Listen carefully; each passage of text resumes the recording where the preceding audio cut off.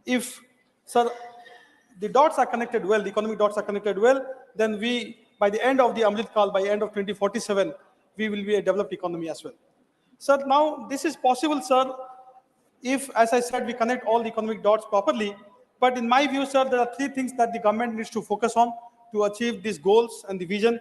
Sir, first and foremost, fulfilling the aspirations of our citizens, particularly our youth and women, and I'll elaborate on it at length. Secondly, sir, boosting the MSMEs. Sir, today, Honorable Member Lakshmikant Bajpayee also during 0 hour spoke about the need to protect and support our MSMEs. And sir, I'll second him. I cannot agree with him anymore. Sir, we need to strongly boost our MSMEs and give impetus to our job creation and entrepreneurship. And third and foremost, sir, is the need to focus on education, innovation, and R&D. Sir, in her budget speech, Honorable Finance Minister also gave priorities to these three areas that I have just referred to. But, sir, I do find some lacuna, and I'll talk about it, sir.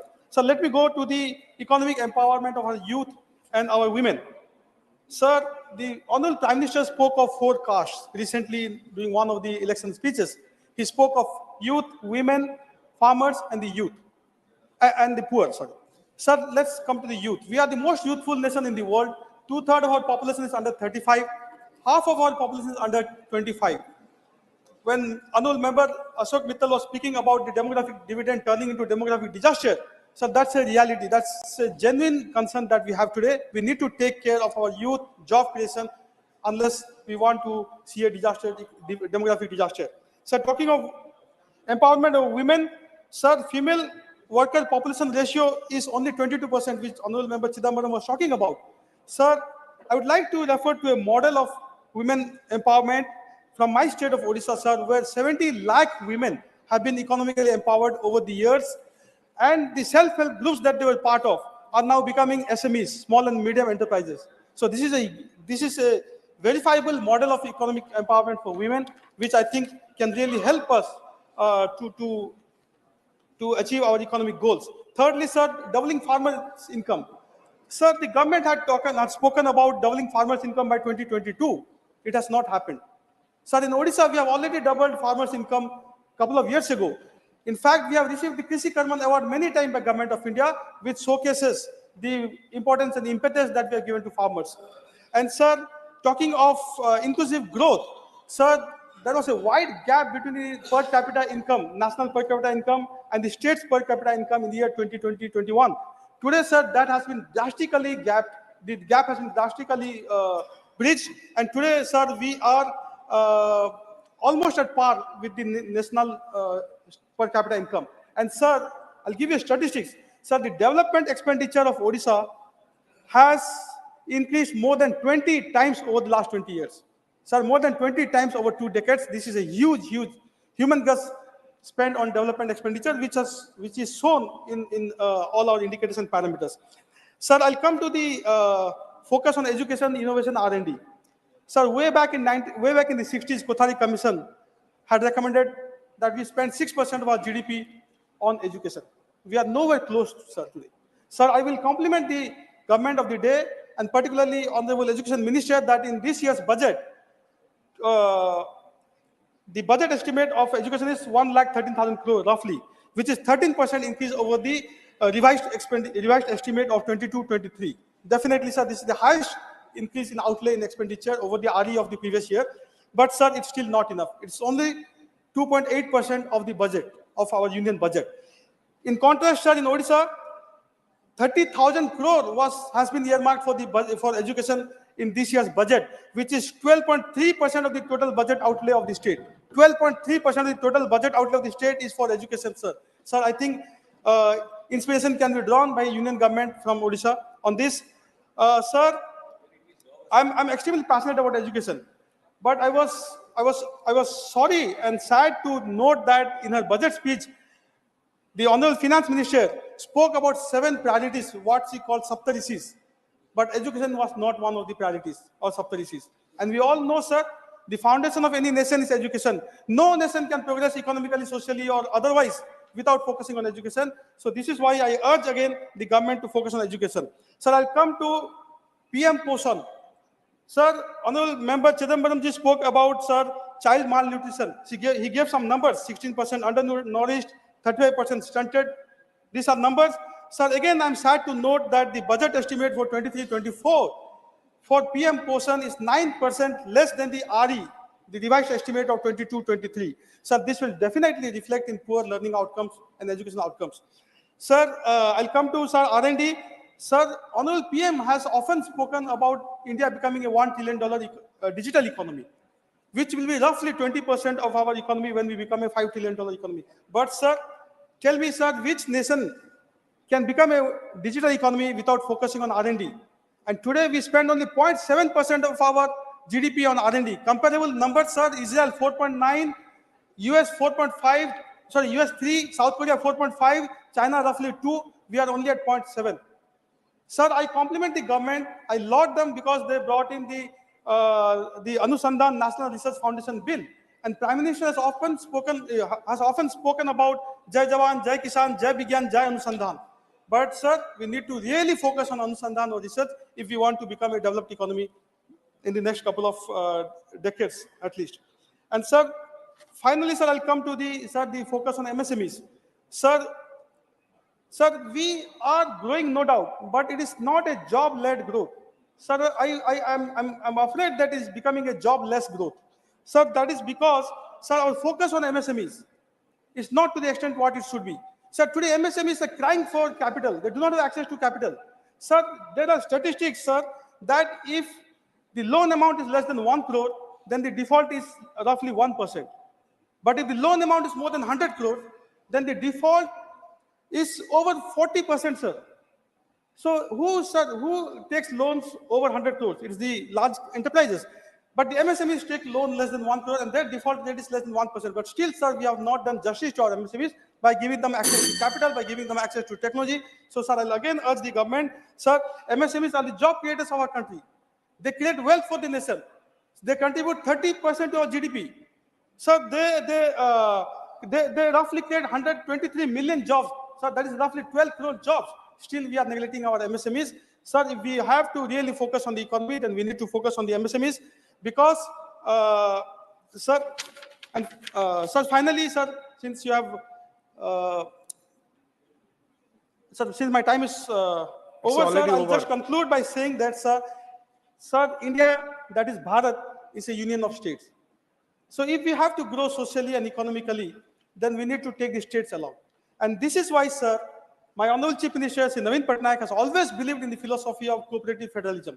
Sir, for him, empowering the 4.5 crore Odias socially and economically has been his highest duty. And this is why, sir, he has been appealing in various forums through the parliament and otherwise that, sir, we need support from the government of India Honorable to better our tele density, to better our railway density, to have, sir, more funds which we are Please conclude. Please conclude. Sir, I'm concluding, sir. So this is what. Sir, the Honorable PM has spoken about Purvodaya, which is the rise of the East. Sir, how can we have Purvodaya unless, sir, states like Odisha are supported economically by Government of India by, sir, giving us the funds that are due to us, by, sir, giving us the tele density, the highways, the banking facilities that we, sir, badly need. Thank you. Manni Sri V. Vijay Sai Reddy ji. Deputy Chairman, sir, thank you very much. And I also thank my party president and Honorable Chief Minister of Andhra Pradesh, Y. Jagan Mohan Reddy Garu, for giving me an opportunity to speak on this particular subject, sir. Sir, for the last 10 years, India has been on the brink of massive economic transformation, which the opposition is not in a position to realize.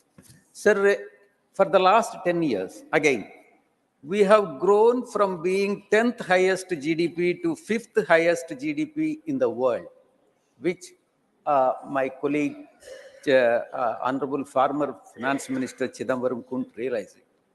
Sir, in the next 5 years, under the leadership of Modi ji, we are poised to become third largest economy in the world, crossing 5 trillion mark.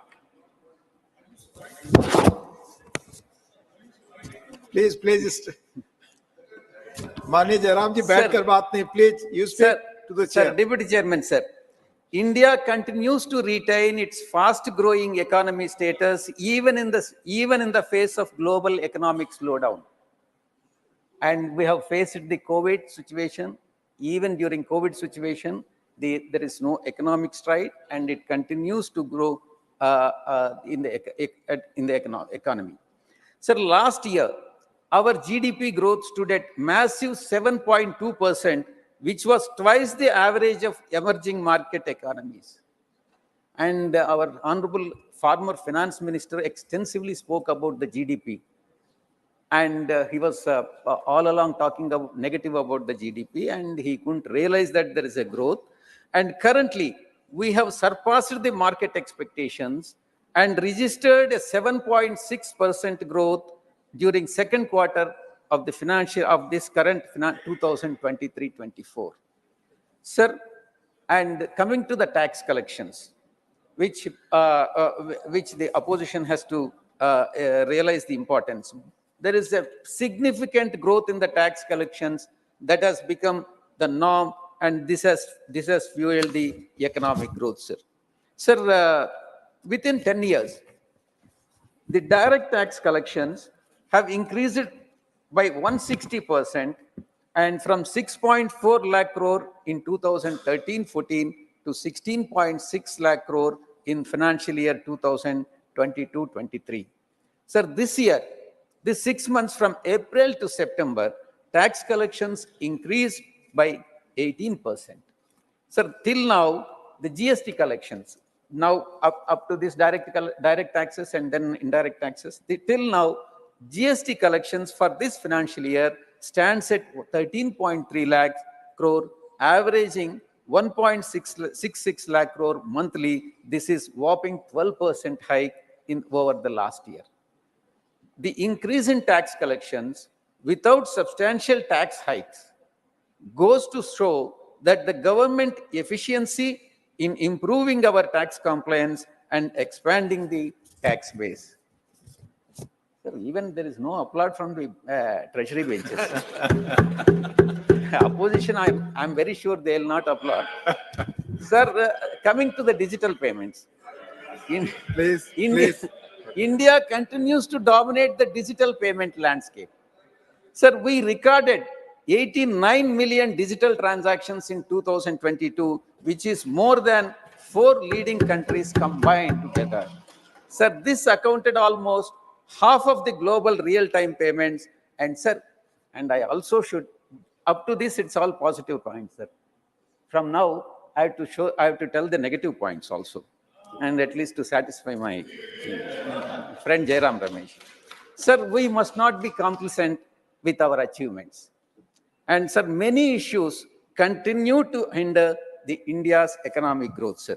Sir, the first I would like to point out among the negatives is depreciating rupee, which is very, very alarming. Sir, rupee was worst performing Asian currency in 2022.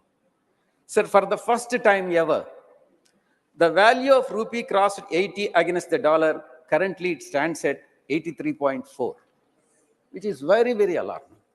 Sir, it is successively, the rupee is depreciating year after year from minus 8.5% in 2018 and minus 10% in 2022. Sir, depreciation of rupee has got a significant impact on the overall development of the country, sir. Sir, depreciation of rupee has a direct impact on the manufacturing sector, since India is a net importer of raw materials and fuel. These two are very important import, because we completely depend on the fuel imports, sir. Manufacturing growth has already started showing the signs of stress and has slowed significantly this fiscal year. Sir, as per RBI, every 5% fall in the value of a rupee, inflation increases by 15%, 15 basis points, that is 0.15%. Sir, foreign investors, this has another effect of depreciating the rupee, sir. Foreign investors have pulled out 18 billion from Indian markets, more than 12 billion sell-off during 2008 global recessions. Sir, the next issue which I would like to bring to your kind notice is the reality remains that top 10% of the Indian population holds more than 60% of the country's wealth, while the bottom 15% of the population has only 6% of the wealth, sir. Even though the per capita income has more than doubled, that is 1.97 lakh since 2014, India ranks 142nd among 197 countries in terms of per capita income. The last point, sir, which I would like to bring to your notice is widening widening trade deficit, which is again alarming. Sir, India's overall trade deficit reached 122 billion in financial year 2022-23 compared to $82 billion in the previous year. So the government data indicates that India's trade deficit hit a record high in the month of October, and more so, more alarming is, all the more concerning is India's widening trade deficit with China, and historical high of 83 billion in 2022, and is expected to cross 100 billion mark in 2023 only towards China, sir, from China. Sir, in conclusion, we cannot afford to be complacent, and we should take the necessary steps. I request the Honorable Finance Minister, though there are positive aspects, there are also negative aspects in this economic growth. So I request the Honorable Finance Minister to address all these issues and make the economy more strengthened. Thank you very much, sir. Thank you. Thank you, माननीय we Vijay Sai Reddy ji. माननीय professor Manoj Kumar Jha ji. माननीय उपसभापति जी, आपका बहुत बहुत धन्यवाद. मैं सिर्फ ये कहना चाहूँगा, आज सुबह जब पता चला कि economic situation in the country पर शॉर्ट ड्यूरेशन डिस्कशन है, तो मुझे कभी नहीं लगा था कि हमारी पूरी बातचीत टैक्सेशन, फॉरेन एक्सचेंज रिजर्व्स और वगैरह वगैरह की चीजों में रहेगी. अर्थव्यवस्था का वो एक चेहरा हो सकता है, लेकिन एक जनप्रतिनिधि जो राज्यसभा और लोकसभा में बैठे हुए हैं, उनके लिए आर्थिक परिस्थिति पे जब हम बात करते हैं ना, तो सर सबसे पहले गरीब की थाली नजर आती है. गरीब की, आप फॉरेन एक्सचेंज रिजर्व कुछ भी रख लो, लेकिन अगर गरीब की थाली में ऊपर परिलक्षित नहीं हो रहा है, तो फाइल भी किताबी है और गांव भी किताबी. मैं सिर्फ, और हाँ, बहुत बढ़िया कहा जावड़ेकर साहब ने कहा 80 करोड़ लोगों को, हालांकि मैं उस शब्द का इस्तेमाल नहीं करूंगा कि मुफ्त कुछ नहीं होता है सर. मैं कई बार सदन में बोल चुका हूं, अगर 80 करोड़ लोगों को आपको अनाज देना पड़ रहा है, तो मुझको अर्थव्यवस्था पर कोई टिप्पणी नहीं करनी है. क्या आर्थिक परिस्थिति क्या है, कितनी समावेशी है, वगैरह वगैरह. सर, माननीय उपसभापति जी, सुधांशु जी जब बोल रहे थे, तालियां बज रही थी सत्ता पक्ष से, बजती भी हैं. अब विजय साई रेड्डी जी को कष्ट हुआ तो उन्होंने कह भी दिया कि ताली क्यों नहीं बजा रहे हो. तो जब सुधांशु जी ताली बजा रहे के वक्तव्य पे ताली बज रही थी, तो मुझे लगा कि गांव शहरों के बेरोजगार पर यह ताली कितनी भारी पड़ रही होगी. प्रधानमंत्री जी 14 में जब पहली बार चुने गए, तो वो मंदिर मस्जिद की साइज के लिए नहीं चुने गए थे. 2 करोड़ प्रतिवर्ष नौकरियां उनका वादा था. 2 दाएं 20 करोड़. एक श्वेत पत्र तो बनता है कि हम कहां हैं. सर, माननीय उपसभापति महोदय, मैं कुछ चीजें आपके मध्य, क्या ऐसा तो नहीं है कि हम मानव विहीन और मानवीयता विहीन ग्रोथ स्टोरी के पक्ष में भजन गा रहे हैं, करतल ध्वनि कर रहे हैं. सर, कोई भी वैसा ग्रोथ जो फेसलेस हो, जॉबलेस हो, उस ग्रोथ से देश की हकीकत नहीं बदलती है. सर, बड़ी बड़ी बात लोग कर रहे थे. अभी पिछले महीने ये खूबसूरत किताब आई है, वेल रिसर्च्ड. आधी किताब में सर रेफरेंस है, ये है अनइक्वल. सर, हम किन देशों से पीछे हो गए पता है? छोड़िए अमेरिका यूरोप की बात, बांग्लादेश और नेपाल इनकम इनइक्वालिटी को एड्रेस करते हुए मानवीय सूचकांक में हमको पीछे छोड़ चुका है. ये है सर दस्तावेज, ये अनइक्वल स्वाति नारायण की. बीते दिनों बिहार में एक जातिगत सर्वेक्षण हुआ. मैं चाहूंगा तमाम हमारे भाजपा के मित्र, उनको ना उससे मतलब ना हो, उसके प्रति विरोध हो, लेकिन एक बार उस दस्तावेज को पढ़िए, क्योंकि उन आंकड़ों में नंबर के बाद आर्थिक सामाजिक परिवेश भी जाहिर हुआ है. और तब प्रधानमंत्री जी, पुनः ले जाऊंगा 14 में बिहार गए थे, बिहार को स्पेशल स्टेटस की बात वो करके आए थे, हाजीपुर, दरभंगा, पटना। सर, बिहार को आपकी जरूरत है। माननीय सत्ता पक्ष, बिहार के पास रेवेन्यू के साधन कमतर हैं। बिहार को लेबर सप्लाई स्टेट के नजरिए से मत देखिए, बिहार को स्पेशल स्टेटस दीजिए। क्योंकि अगर आप इस किताब का विश्लेषण करें, सरकार के आंकड़ों का विश्लेषण करें, तो आपको साफ दिखेगा कि बिहार, झारखंड, उत्तर प्रदेश और मध्य प्रदेश देश के बाकी राज्यों से पिछड़ रहा है। उसके अलावा दूसरा पहलू कहता हूं माननीय उपसभापति महोदय, इस किताब में बाबा साहब भीमराव अंबेडकर को धृत किया गया है, नॉर्थ साउथ डिवाइड के संदर्भ में भी। और ये पुरानी बात है सर, एफडीआई को ही देखिए कि नॉर्थ में कितना, साउथ में कितना, तो ये फर्क आपको साफ नजर आ जाएगा। इसलिए मैं कहता हूं कि बिहार को नए नजरिए से देखिए। जो शुरुआत वहां के मुख्यमंत्री नीतीश जी, तेजस्वी जी ने की, आप हैंड होल्डिंग करिए और स्पेशल स्टेटस दीजिए।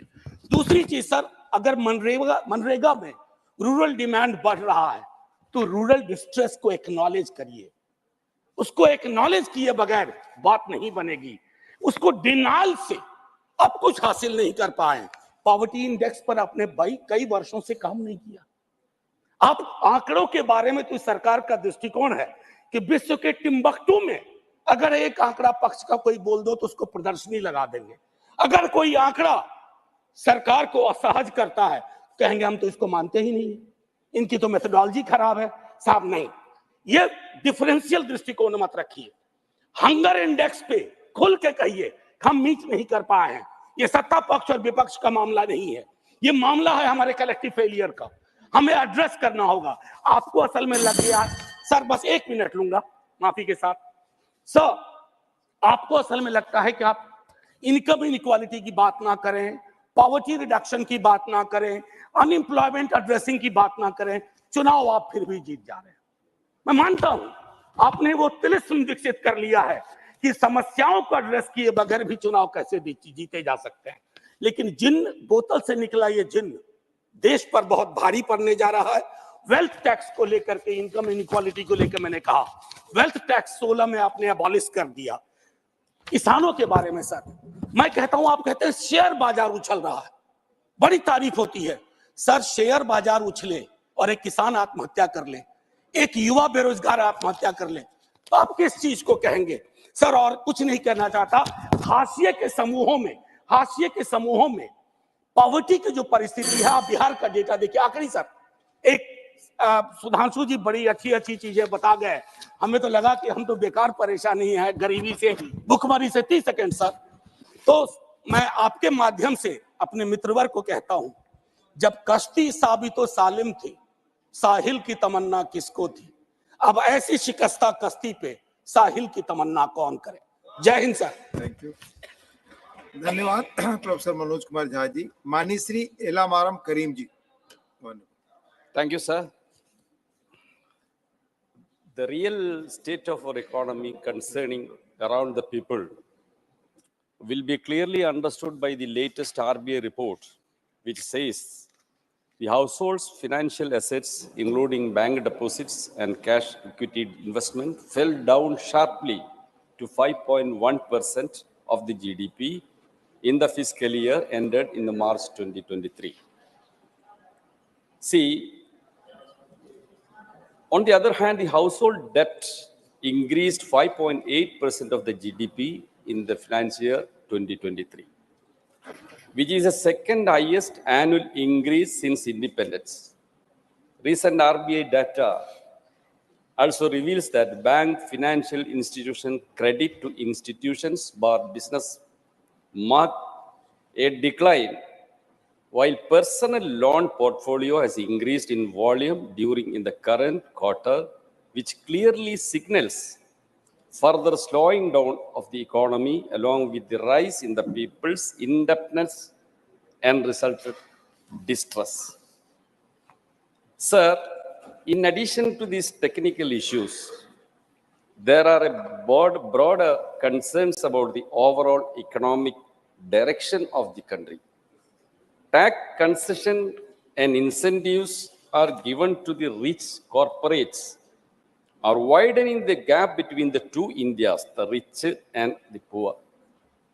Real income of the top 1%, the cronies of Modi government, rose by 30% from 7.9 lakh crores in 2019 to 10.2 lakh crores in 2022.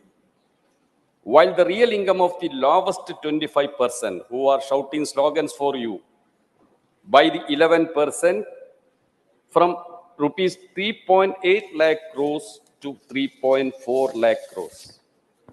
Sir, a relentless propaganda continues to boost the Indian economy's resurgence. The recent G20 summit was used to project India as an emerging economic powerhouse in the world. But the truth is that India has the lowest per capita GDP among the G20 countries. That was hidden. Ranks the lowest in terms of human development indices and records the lowest labor force participation rate, Chidambaram told you, reflecting the very high level of unemployment. The continued decline in the people's purchasing power is impeding the economic growth as this leading declining levels of domestic demand. This in turn leads to declining levels of investments. This means potentially further declining levels of employment guarantee. New proposals for investment in the economy have rapidly declined. Over the last year, 72.5% in government sector and 79% in private investments. Sir, massive propaganda bliss is launched over the grand success of Make in India. That was the slogan from 2014. Its target for manufacturing sector growth over this decade was 12.14%. The reality is that since 2013-14, this averaged only 5.9% per annum. The tall claim where it has gone. The share of the manufacturing GDP was targeted to reach 25%. This, however, remained stagnant at around 16.4%. But when 2011 and 11-12 and 21-22, jobs in manufacturing sector declined from 12.6% to 11.6%. I am concluding, sir. Deepening rural distress is reflected in the demand for jobs under MNREGS. Last year, this grew by 15.3%, and compared to 2019-20, this grew by 29.4%. But unluckily, the allocation for MNREGS drastically cut down in the last budget. Fresh evidence that have emerged about the Adani Group manipulation. That is also a part of this economic policy. Manipulation of stock prices of its companies calls for a serious probe. The final Financial Times and Guardian Already have time based is on over. inputs from the organized crime and Alarm corruption. Karim 1 ji, minute. your time is over already. A report project revealed Please how conclude. to close associates of such companies Conclude, please. I am and buy calling. millions of dollars of shares in Adani Thank you. companies. Thank Sir, you. these are the affairs of the Indian economy. The tall claim has no truth. I conclude with Thank this. you. माननीय श्री अनिल प्रसाद हेगड़े जी. Thank you, Deputy Chairman, sir.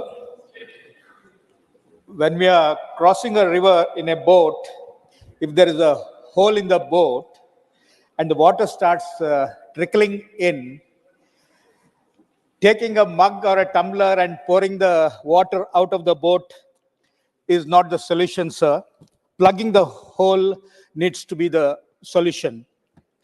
Sir, देश में बेरोजगारी, महंगाई, भूखमरी के बारे में आंकड़ा बहुत सारे हैं. Important thing is plugging the hole, sir. I want to give you two, three examples. Most of my life, I was opposing the Congress policies, being in the Janata Party, Janata Dal Parivar, and later being part of the NDA. But I want to point out to you, sir, in 1985, the then government of Rajiv Gandhi had launched the oil seed technology mission, because of which by 1993-94 we were almost self-sufficient in edible oil. Subsequently, governments started reducing import tariffs, as a result of which cheap edible oil started flooding the Indian market, and India became dependent on import of edible oil, sir. Sir, this has become a pretext for the government to give permission to genetically modified mustard. Sir, giving permission to GM crops is not plugging the hole, sir. Sir इसी सदन में कल 6 दिसंबर है, 6 दिसंबर 2012 को तत्कालीन leader of the opposition multi brand retail के debate के संदर्भ में उन्होंने कहा था कि देश पड़ोसी देश से चीप गुड्स भारत आने के बारे में उन्होंने कहा था, और मैन्युफैक्चरिंग सेक्टर रिफॉर्म्स के बारे में भी उन्होंने कहा था. अभी यहाँ पर साथी अशोक मित्तल और कन्नीमोली जी भी चाइना के बारे में जिक्र कर रहे थे. My information, sir, is that millions of people, including Falun Dafa practitioners, Uyghur Muslims in Xinjiang, are subjected to forced labor in Chinese prisons. And because of the violation of human rights, labor laws, and environment laws, our neighbor is able to manufacture cheap goods, which makes us less competitive. Illegal organ trade of innocent prisoners like Falun Dafa, Uyghur Muslims are flourishing business there. So long as we do not plug the hole by starting a campaign to stop human rights violation, labor law violation, environment law violation inside China, I feel it is difficult for India's manufacturing sector to improve. Sir, finally, देश में जातियां hard reality है sir. देश में कई सारे पिछड़े जातियों को आरक्षण के बावजूद विकास का फायदा पहुंचा नहीं है.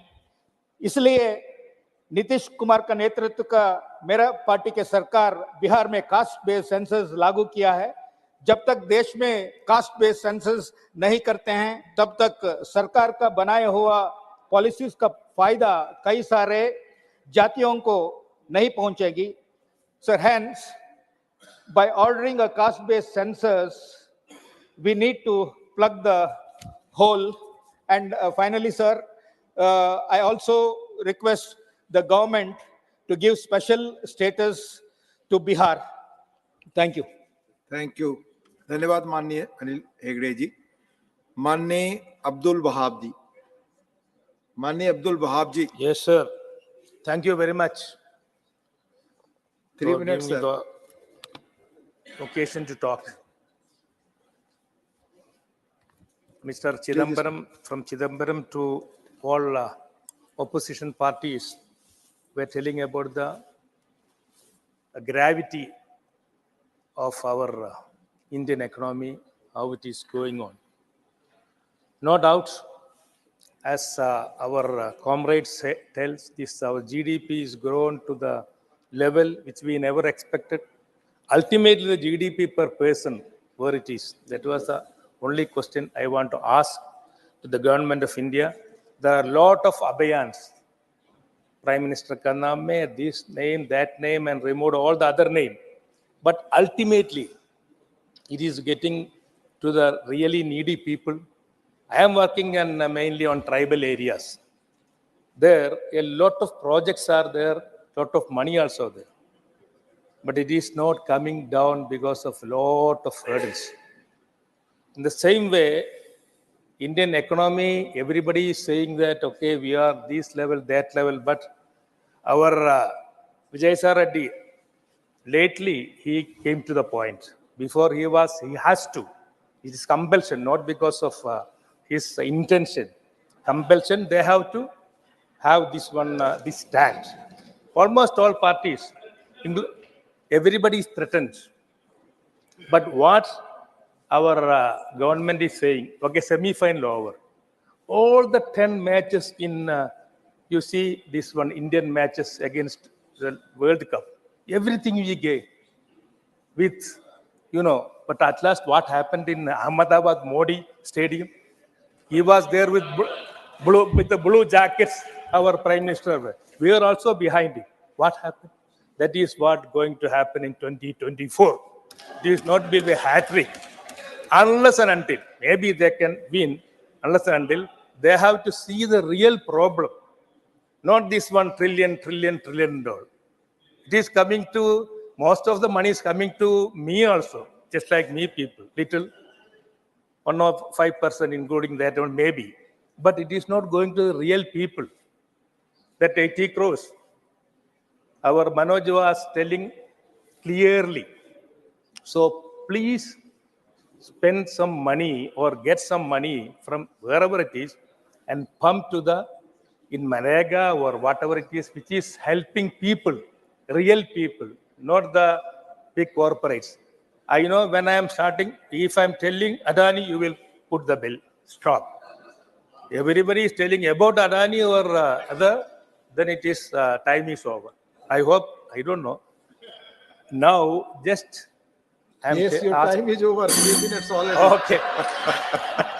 That is the thing. 3 minutes. When we are please. telling about the real point, it will be coming. Anyway, everybody, you are giving 1 minute. Give me that 1 minute, just a minute only. Please, Because please. my request Conclude. is, whatever our comrades say, this much crores and all, our Tamil Nadu people asking 5,000 crores only because of flood, that situation. But Kerala government, the dues in different areas is more than 5,000 crores. Release something, some little thing. That is where my request. Thank you very much. Thank you, Abdullah. And for the great performance of Thank you, माननीय economic Shri Sushil Kumar growth in Modi India. Ji. 20 minute समय.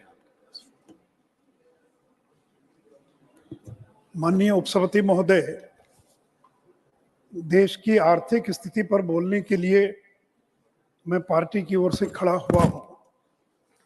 महोदय, अभी चिदम्बरम साहब भाषण कर रहे थे, वो बार बार कह रहे थे कि growth is not reflected on the ground, is not seen on the ground. मुझे पता नहीं किस ग्राउंड की बात कर रहे हो। अभी 3 राज्यों में चुनाव हुआ, तो ग्रोथ अगर वहां जमीन पर दिखाई नहीं पड़ता तो फिर जीते कैसे, फिर परिणाम हमारे पक्ष में कैसे आया। तो ग्रोथ देखने के लिए भी चश्मा चाहिए। अगर टीन का चश्मा लगा लेंगे तो कुछ भी दिखाई नहीं पड़ेगा, अगर पार्टी के चश्मे से देखेंगे तो कुछ भी ग्रोथ दिखाई नहीं पड़ेगा। और सती महोदय, ये जो दूसरी तिमाही है, 23-24 की दूसरी तिमाही, आरबीआई से लेकर देश के तमाम जो अर्थशास्त्री थे उनका आकलन फेल कर गया। यहां तक कि आरबीआई ने भी कहा कि 6.5% ग्रोथ होगा, और हुआ कितना? 7.6% ग्रोथ दूसरी तिमाही के अंदर इस देश के अंदर हुआ है। और मैं सदन को बताना चाहूंगा, ये जो 23-24 की दूसरी तिमाही है, उसमें यूके का ग्रोथ कितना है? 0.6%, चाइना का ग्रोथ 4.9, अमेरिका का 5.2, रशिया का 5.5, और भारत का ग्रोथ है 7.6। और इसलिए आज भारत दुनिया में सबसे तेज गति से विकसित होने वाला, विकास दर वाला देश है। सभापति महोदय, महंगाई पर बार बार चर्चा हो रही है। अगर लोग इतने ही दुखी होते, इतने ही नाराज होते, तो फिर मैं मध्य प्रदेश, राजस्थान, छत्तीसगढ़ की बात करना चाहूंगा। और इस देश में कितने प्रदर्शन हुए? सभापति महोदय, दुनिया के 50 देशों में लाखों लोग सड़कों पर आ गए पेट्रोल डीजल की महंगाई, खाने पीने की चीजों की महंगाई के विरोध में। लेकिन भारत में 10,000 लोग भी कहीं सड़कों पर नहीं आए। क्यों नहीं आए? महंगाई है। मैं ये नहीं कह रहा हूं कि इन कारकों की महंगाई नहीं है, लेकिन लोगों को मालूम है कि महंगाई का कारण नरेंद्र मोदी नहीं है, भारतीय जनता पार्टी नहीं है, केंद्र की सरकार नहीं है, कोविड कारण है, रूस यूक्रेन युद्ध कारण है, और दुनिया के तमाम देश महंगाई का मुकाबला कर रहे हैं। और सभापति महोदय, 4 चीजों के अंदर सबसे ज्यादा महंगाई का असर दिखाई पड़ता है। पहला पेट्रोलियम पदार्थ, दूसरा एडिबल ऑयल खाद्य तेल, तीसरा फर्टिलाइजर, और चौथा दाल। सभापति महोदय, इन चारों में से कोई भी चीज हम भारत में पैदा नहीं करते हैं पूरे तौर पर। पेट्रोलियम पदार्थ 85% इंपोर्ट करते हैं, अगर अंतर्राष्ट्रीय बाजार में पेट्रोलियम पदार्थों की कीमत बढ़ेगी तो भारत में बढ़ने से हम कैसे रोक पाएंगे? एडिबल ऑयल, दुनिया के बाकी देश से ये खाद्य तेल नहीं खाते, केवल भारत के लोग खाते हैं, और 60% एडिबल ऑयल हम इंपोर्ट करते हैं। फर्टिलाइजर, 60% फर्टिलाइजर का रॉ मटेरियल हम इंपोर्ट करते हैं। दाल, अमेरिका के लोग दाल नहीं खाते हैं, फ्रांस और जर्मनी के लोग दाल नहीं खाते, दाल खाता है भारत, और पैदा करता है म्यांमार, और दाल भी हमको और आयात करना पड़ता है। कृषि पौधे में सबसे पहले पेट्रोलियम डीजल के बारे में इस सदन को बताना चाहूंगा कि श्रीलंका में पिछले 2 वर्षों में सितंबर 21 से लेकर सितंबर 23 का आंकड़ा मेरे पास है, पेट्रोलियम के दामों में कितनी वृद्धि हुई? 61%। पाकिस्तान में कितनी वृद्धि हुई? 60.68%। छोड़ दीजिए पाकिस्तान बांग्लादेश की बात, अमेरिका में कितनी वृद्धि हुई पेट्रोल के दामों में? 46.31%। जर्मनी में 19.41, फ्रांस में 26.47, स्पेन में 24.92, इटली में 24.27। इंग्लैंड के अंदर पेट्रोल के दामों में 2 साल में 15% की वृद्धि हुई। और सदन को शायद ज्ञात नहीं होगा कि भारत में पिछले 2 वर्षों के अंदर पेट्रोल के दामों में बढ़ोतरी नहीं हुई, बल्कि 4.56% की घटोतरी हुई है, यानी निगेटिव ग्रोथ हुआ है। यानी जहां सितंबर में 101 रुपया 34 पैसा पेट्रोल का दाम था, वहां 2023 में घटकर 96.72 हो गया। और सती महोदय, उसी प्रकार डीजल, श्रीलंका में 115% और की वृद्धि हुई है डीजल के दामों में, पाकिस्तान में 67, फिर America 48.68, Germany 31.46, Spain, Italy, UK में उस आंकड़ों में नहीं जाऊंगा। और भारत में डीजल के दाम में 2 वर्षों में कितनी वृद्धि हुई? केवल 0.96%, यानी केवल 1% की वृद्धि हुई। और आप कहते हैं कि पेट्रोलियम पदार्थों का दाम बढ़ गया। और ये आंकड़े आप चाहे तो इन आंकड़ों को वेरीफाई कर लें। और सती महोदय, भारत सरकार ने 2 बार पेट्रोल और डीजल पर एक्साइज ड्यूटी को कम करने का काम किया, और कुल मिलाकर 2 बार में 13 रुपया पेट्रोल पर और 16 रुपया डीजल पर एक्साइज ड्यूटी में कटौती की है।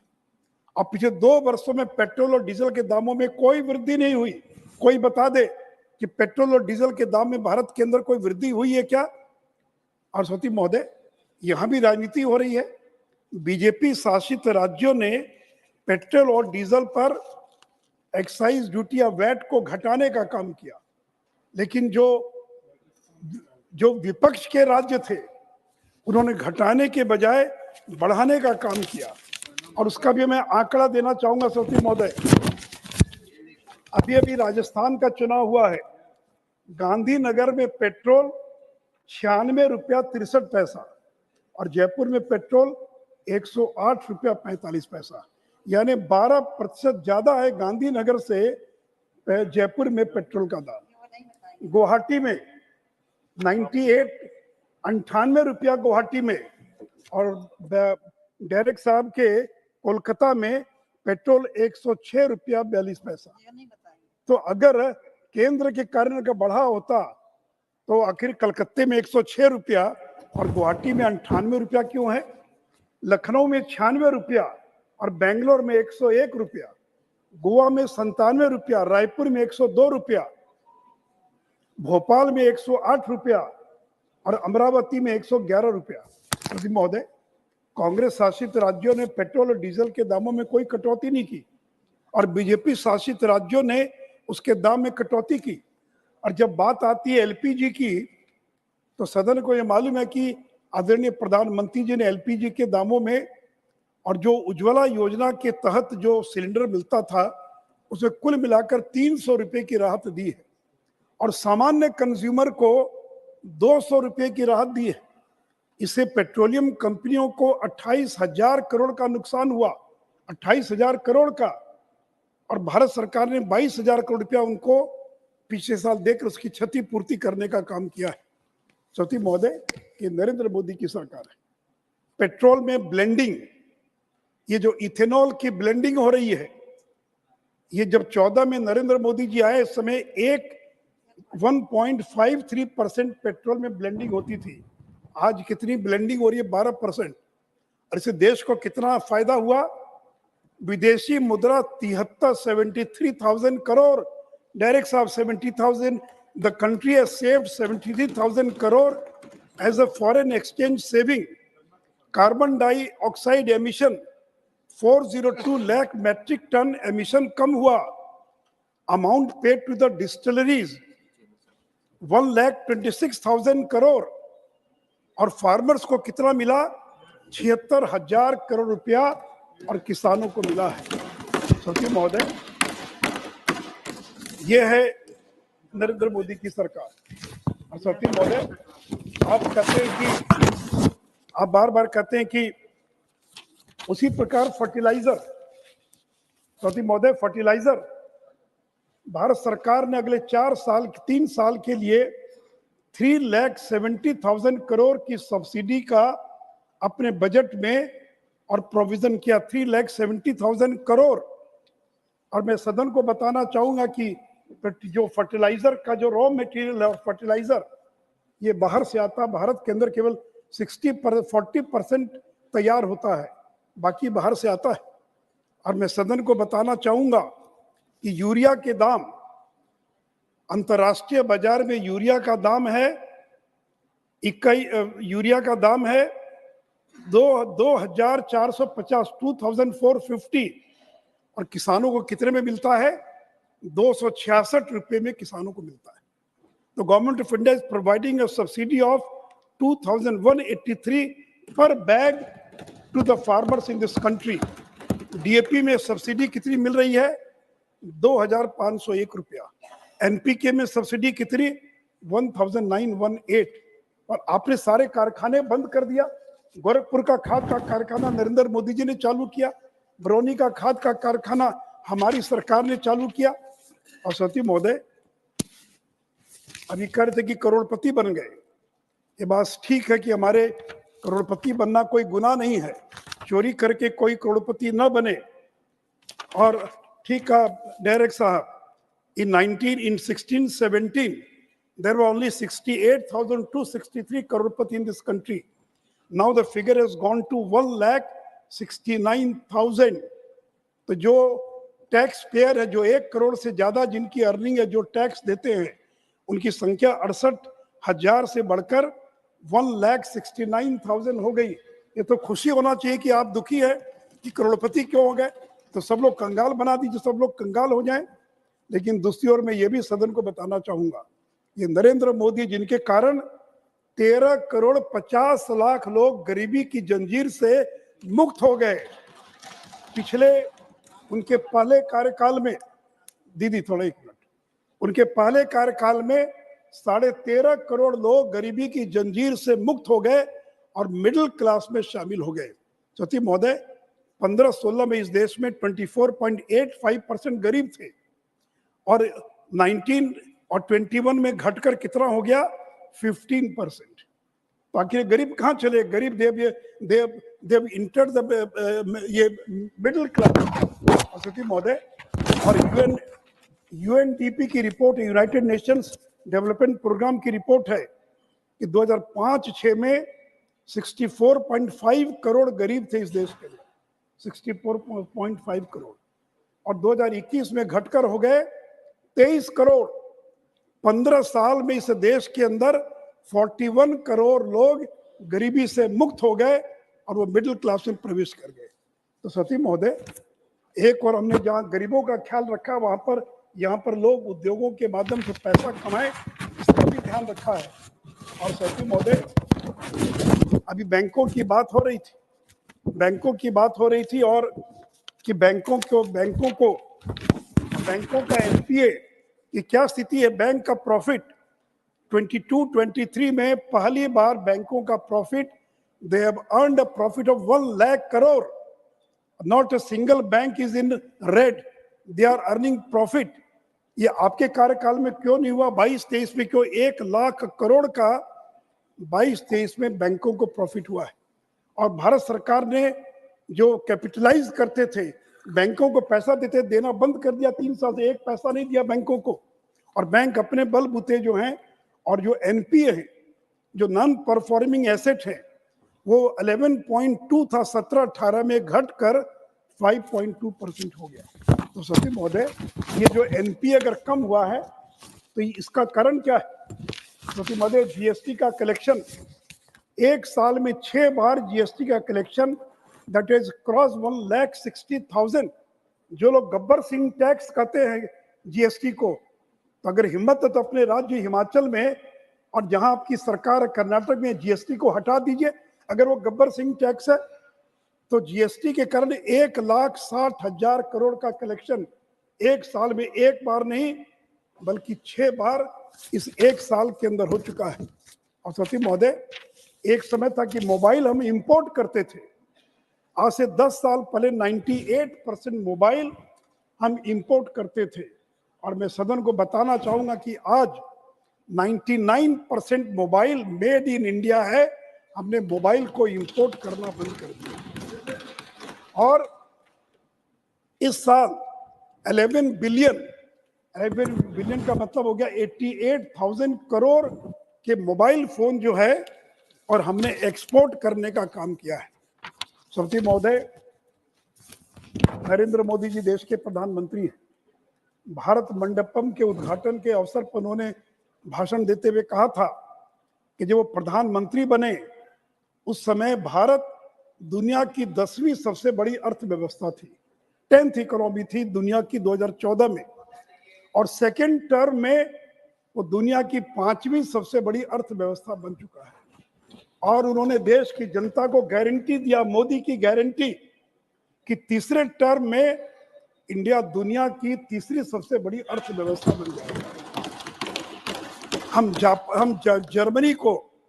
जर्मनी को पीछे छोड़कर हम 2 साल में 4th हो जाएंगे, और फिर जापान को पीछे छोड़कर 2027 तक हम दुनिया की तीसरी सबसे बड़ी अर्थव्यवस्था बन जाएंगे। और श्रीमती महोदय, केवल हम दुनिया की सबसे बड़ी अर्थव्यवस्था ही नहीं बनेंगे, 5 ट्रिलियन इकोनॉमी, जो $5 ट्रिलियन की जो इकोनॉमी है, 27-28 तक भारत 3rd लार्जेस्ट केवल जीडीपी में नहीं बनेगा बल्कि $5 ट्रिलियन इकोनॉमी में भी बदल जाएगा। हमारा सपना है, प्रधानमंत्री जी चाहते हैं कि 2047 तक भारत एक विकसित देश बन सके, एक एडवांस इकोनॉमी बन सके, और उसी दिशा के अंदर भारत की सरकार काम कर रही है। और इसलिए श्रीमती महोदय, हम लोगों ने महंगाई को नियंत्रित करके दिखलाया है। अभी जो आंकड़े आए अक्टूबर के, वो 4.87, आरबीआई का 4 +2 का जो रेंज है, अक्टूबर 2023 में वो आंकड़ा 4.87 का है। तो हमने महंगाई को नियंत्रित करके दिखलाया है। और जहां तक खाद्य तेल की बात है, खाद्य तेल पिछले एक साल में उसके दाम में 18% की गिरावट है, मस्टर्ड ऑयल में, वनस्पति में 12% की गिरावट है, सोया में 20%, पाम ऑयल में 15%। यद्यपि ये खाद्य तेल भारत में पैदा नहीं होता है, फिर भी हम लोगों ने और उसके अंदर उसको भी और नियंत्रित करके दिखाया है। और साथ ही महोदय, उसी प्रकार जो गरीबों के लिए जो 81 करोड़ गरीबों को मुफ्त में अनाज दिया जा रहा है, और अब तो सरकार ने ऐलान किया है कि अगले 5 साल तक 81 करोड़ लोगों को 5 साल तक, दिसंबर 2028 तक और अनाज मिलेगा। अंत में आप घंटी न बजा दे, मैं एक बात और कह दूं, इस बीच के अंदर हमारे मित्र कह रहे थे कि नरेंद्र मोदी जी ने बिहार के अंदर सभा में कहा कि विशेष राज्य का दर्जा देंगे।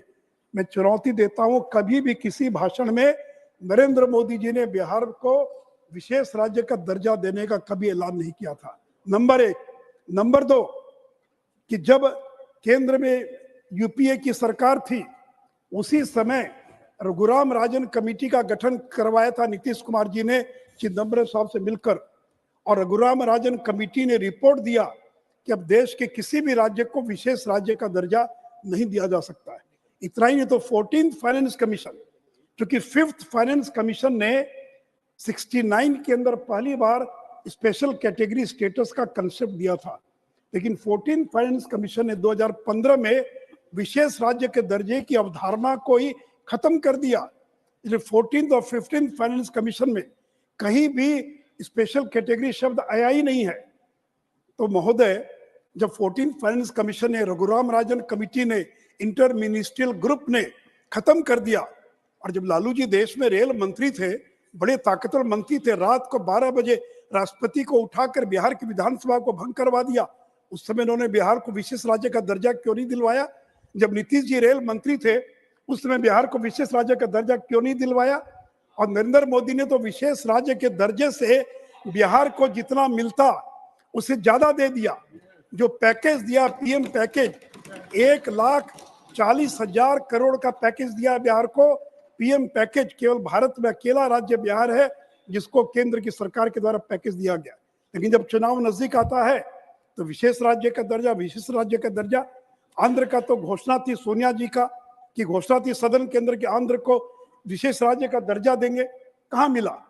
अब देश के किसी भी राज्य को स्पेशल कैटेगरी का स्टेटस नहीं मिल सकता। राज्य को मदद मिलेगी, केंद्र मदद करेगा, लेकिन इसको पॉलिटिकल मुद्दा न बनाए तो मुझे लगता है कि और ज्यादा बेहतर होगा। इसलिए सती महोदय, नरेंद्र मोदी जी पर लोगों को भरोसा है। यही व्यक्ति जो महंगाई नियंत्रित कर सकता है, यही व्यक्ति है जो देश का विकास कर सकता है। और इसीलिए आज 12 राज्यों में भारतीय जनता पार्टी के मुख्यमंत्री हैं और 4 राज्यों के अंदर सहयोगी दल के साथ मिलकर सरकार चल रही है। देश के 51% क्षेत्रफल पर भारतीय जनता पार्टी की सरकारें चल रही है। और इसलिए सती महोदय, अर्थव्यवस्था को हमने बेहतर बनाकर दिखलाया है। हमें गर्व है नरेंद्र मोदी पर कि विपरीत परिस्थितियों में भी भारत को जिस संकट से उबार कर और उन्होंने यहाँ तक पहुंचाया है, मुझे पूरा विश्वास है कि 5 महीने के बाद जब लोकसभा के चुनाव होंगे, ये ग्रोथ, ये सड़क पर, ये नीचे दिखाई, जमीन पर दिखाई पड़ेगा और लोग विकास के नाम पर वोट देंगे, सांप्रदायिक और जातीय गणना के नाम पर वोट नहीं देंगे। जातीय गणना का मुद्दा तो बहुत उछला था मध्य प्रदेश, राजस्थान और छत्तीसगढ़ में, कहाँ लोगों ने वोट दिया, कहाँ वो मुद्दा बना? तीन शब्दों के साथ मुझे पूरा विश्वास है नरेंद्र मोदी के नेतृत्व में हम भारत को एक विकसित राष्ट्र बनाएंगे और भारत को आगे ले जाएंगे। धन्यवाद। श्री राजीव शुक्ला, 8 मिनट्स। धन्यवाद सभापति जी। सबसे पहले तो मैं आपको धन्यवाद दूंगा कि आपने इस आर्थिक मुद्दे पर इस सदन में बहस की अनुमति दी, जो कि एक बहुत जरूरी आज के वक्त में है। मैं कोई अर्थशास्त्री नहीं हूं और ना अर्थशास्त्री की तरह बोलूंगा। मैं एक सामान्य व्यक्ति के जो समझ में आता है उसी आधार पर अपनी बात रखूंगा। मेरा अपना मानना है कि विदेश नीति और आर्थिक नीति, इन दोनों पर कोई भी सरकार आए, किसी भी पार्टी को समानता रहती है और रहनी चाहिए। यही अभी तक की परंपरा रही है। अगर 1991 में नरसिम्हा राव सरकार ने आर्थिक सुधार लागू किए थे, तो उसके बाद चाहे देवगौड़ा जी की सरकार हो, चाहे गुजराल साहब की सरकार हो, चाहे वाजपेयी जी की सरकार हो, अटल जी की, उन्होंने उसको पालन किया था। एक बार मैं पत्रकार के रूप में नरसिम्हा राव जी के साथ जो है स्पेन गया था और वो प्रधानमंत्री थे, उनकी प्रेस कॉन्फ्रेंस थी, तो वहाँ पत्रकारों ने प्रश्न उठाया कि आप तो ये आर्थिक सुधार लागू कर रहे हैं, आप सबको बता रहे हैं कि आप इंडिया में ये चेंजेस कर रहे हैं, रिफॉर्म्स ला रहे हैं, लेकिन कल आपकी सरकार नहीं रहेगी तो क्या होगा? तो उन्होंने बड़ा फेमस सेंटेंस वहाँ बोला था, the process of economic reforms is irreversible. कोई भी सरकार आए इसको बदल सकती नहीं है। तो ये चीज जो है लगातार चलती रहनी चाहिए, ये नीतियां लगातार चलती रहनी चाहिए। मैं किसी की आलोचना या किसी की प्रशंसा की बात नहीं कर रहा हूँ। और लेकिन कुछ प्रयोग पिछले 10 साल से हो रहे हैं जिसमें पिछली सरकारों की चीजों को अंडू करने की कोशिश हो रही, उनको बदलने की कोशिश हो रही। हमारे मित्र सुशील मोदी जी सम्मानित अभी बात कर रहे थे कि चुनाव के नतीजों से, जो चिदम्बरम साहब की बात का जवाब दे रहे थे कि उन्होंने कहा था कि ग्राउंड पे नहीं दिख रहा, तो उन चुनाव के नतीजों का हवाला दिया। सुशील जी, चुनाव के नतीजे 5 साल पहले क्या थे? तीनों राज्य हम जीते थे, राजस्थान, मध्य प्रदेश, छत्तीसगढ़, उसके बाद लोकसभा हार गए थे 5 महीने बाद। तो अगर उस दृष्टि से देखा जाए तो आपका ये तर्क कहीं बैठता नहीं। इसलिए मुझे लगता है कि इस जो बहस को हम उसी गंभीरता से रखें जिस मुद्दे पर आर्थिक स्थिति की वो है, और उसकी हम शुरुआत इस चीज से करते हैं। और अगर इसके आंकड़ों का, इलेक्शन कमीशन का आंकड़ा है, पूरे उसमें 4,81,00,000 वोट जो है भाजपा को मिला है और 4,91,00,000 कांग्रेस को मिला है, 10 लाख ज्यादा। तो हम इसको अगर उस तरह से गणना करके देखेंगे तो फिर ये बात कहीं रही नहीं जाएगी कि, तो इसलिए जो है हम समझते हैं कि चेयरमैन साहब ने बहुत मतलब गंभीरता से इस विषय पे डिस्कशन के लिए रखा है, तो हम उसी पे जाते हैं। सबसे पहले पुराना गाना है कि जो वादा किया वो निभाना पड़ेगा, तो वादों पे जाते हैं। तो वादा नंबर 1 क्या था कि हम काला धन वापस लाएंगे।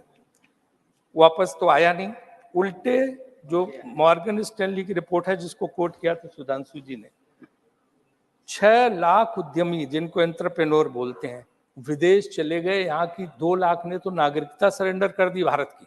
और उद्यमी जब जाता है तो सोचो कि वो लाखों लोगों का जो है, वो लाखों लोगों का के रोजगार को जो है छोड़ के जाता, जो भारत में मिलना था।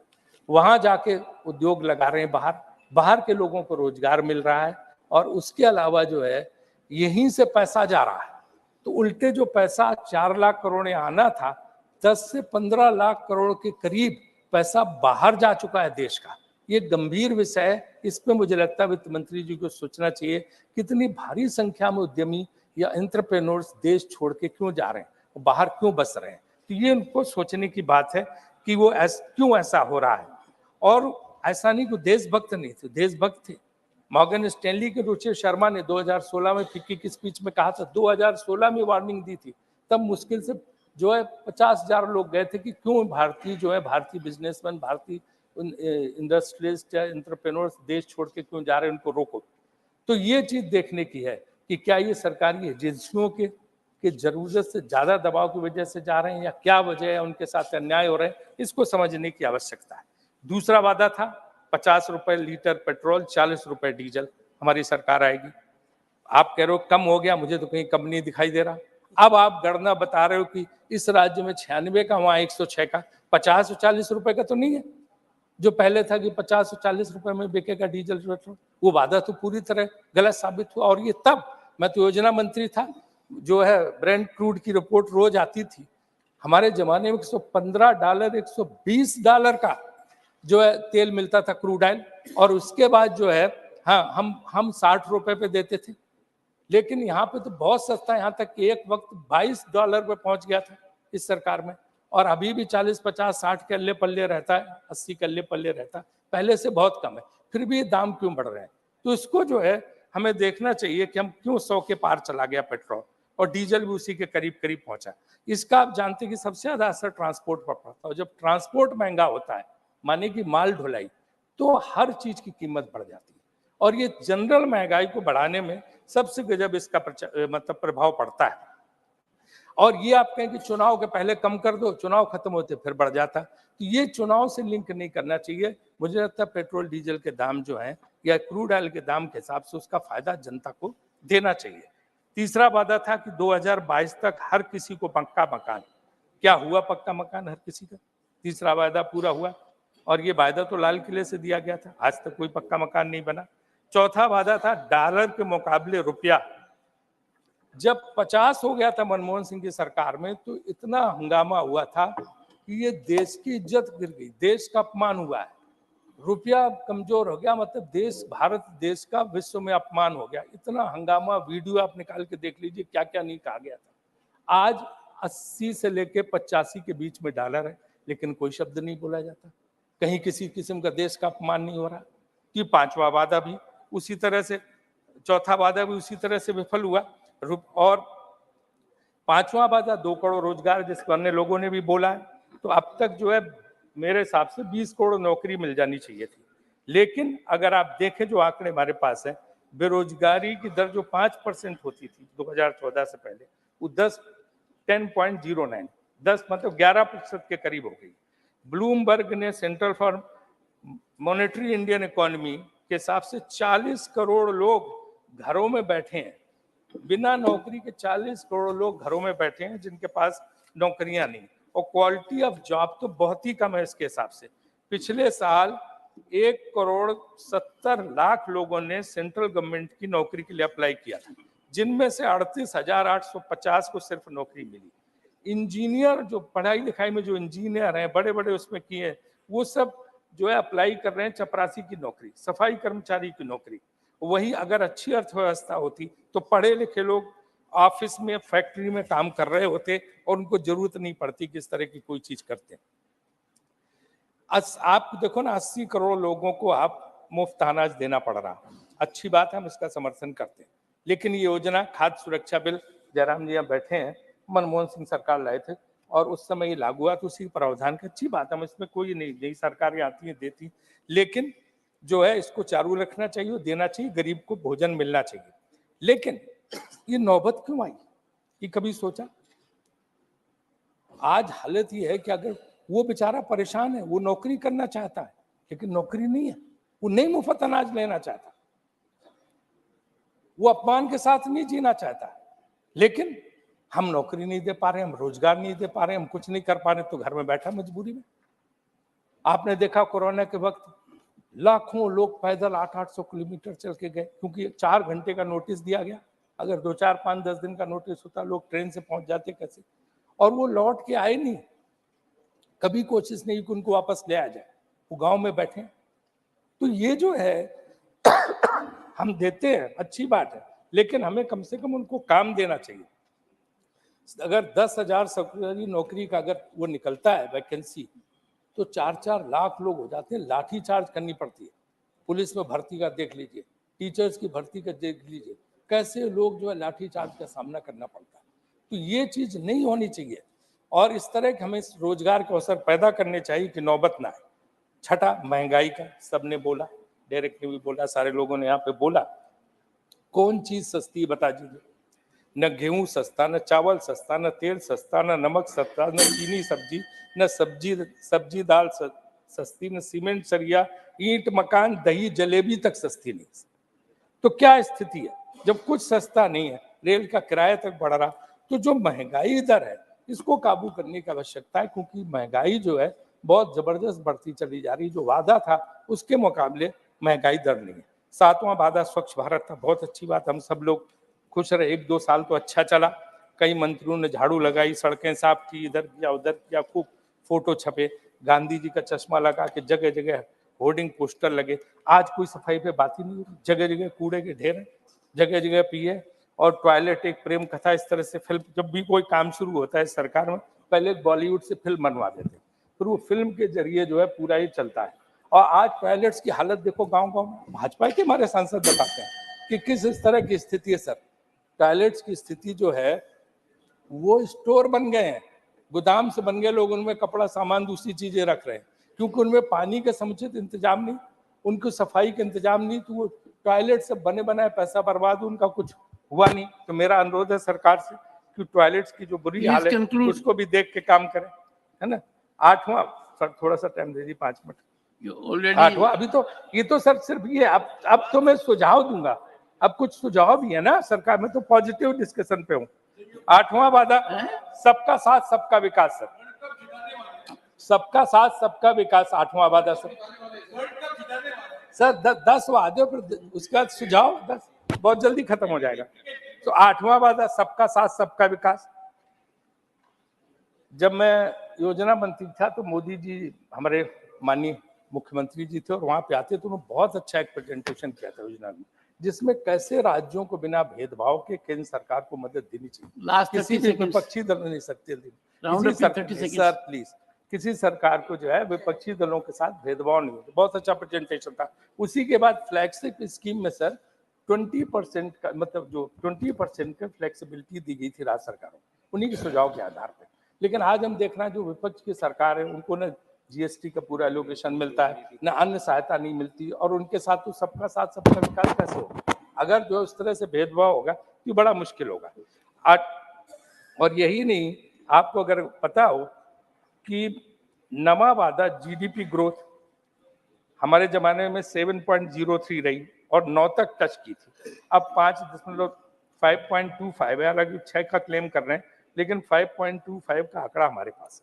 10वां वादा है जीएसटी, सरल टैक्स के लिए दसवां पूरा, जैसे भारत और आजाद हुआ आखिरी। बस यही आखिरी बात है। हाँ, you इसका have तो और taken लिस्ट much लंबी beyond है, your हम नहीं time. बोलेंगे, लेकिन इसका जीएसटी सर, आपको पता है कि जैसे भारत आजाद हुआ तो उसी तरह आधी रात में कर प्रणाली, कैसी सरल कर प्रणाली है कि पूछो मत। आप व्यापारी से जाके पूछ लीजिए, दुकानदार से पूछ लीजिए, परेशान है जिस तरह का जीएसटी है, जिस तरह से तंग हो रहे हैं इस जीएसटी से। और भाजपा के हमारे लोग ज्यादा अच्छी तरह जानते हैं, व्यापारी वर्ग काफी इनके साथ रहा, उस सब इनसे रोते हैं आके कि क्या हमारी गति है।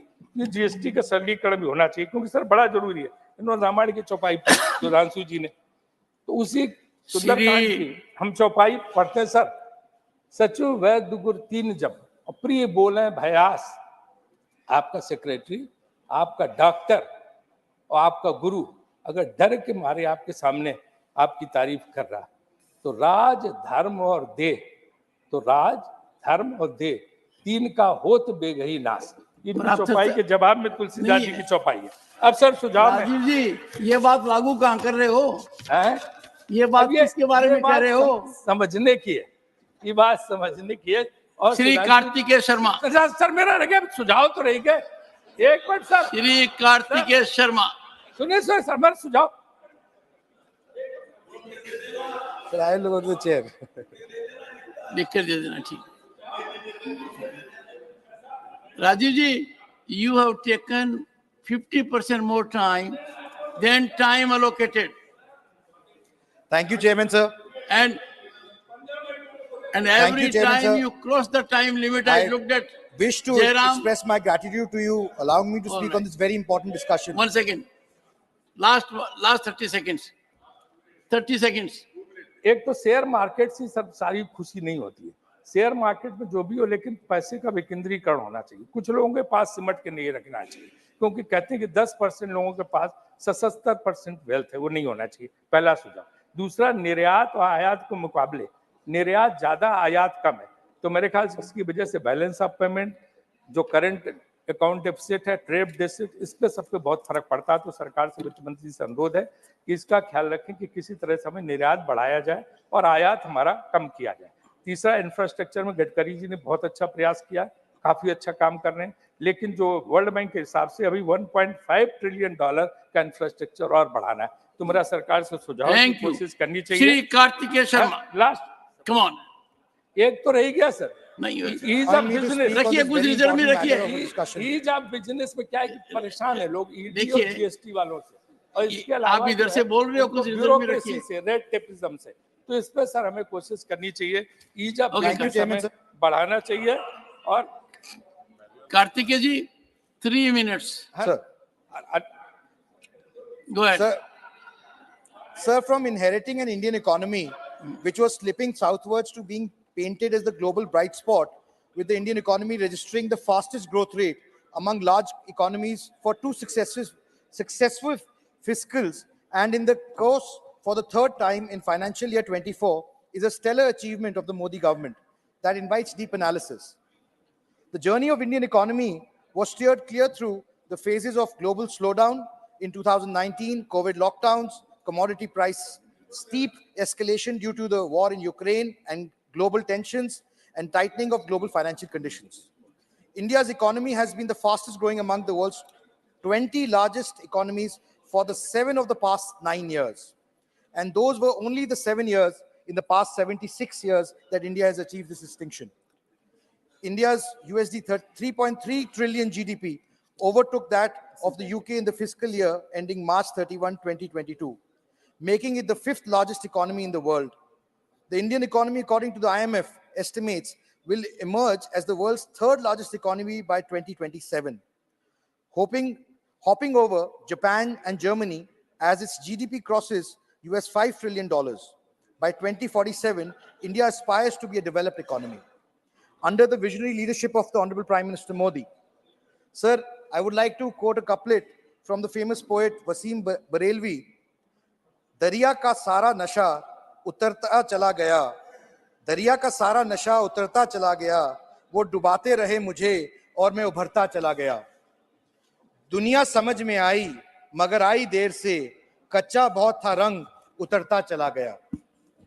Sir, we have achieved success in improving our GDP from 2.3 trillion in 2014 to 3.75 trillion now. On the ground, in 13-14, our per capita income was 68,000 rupees, which has now increased to 1,80,000 rupees in 22-23. In 2014, the capital expenditure was 3.9 lakh crores, and the union government under the leadership of Prime Minister has increased it to rupees 10 lakh crores by 2023. A senior member of parliament before me spoke about the issue of states. The union government has increased the allocation to the states under the various schemes from rupees 30 lakh crores during 2004 to 14 to about 100 lakh crores in the 9 years from 14 to 23.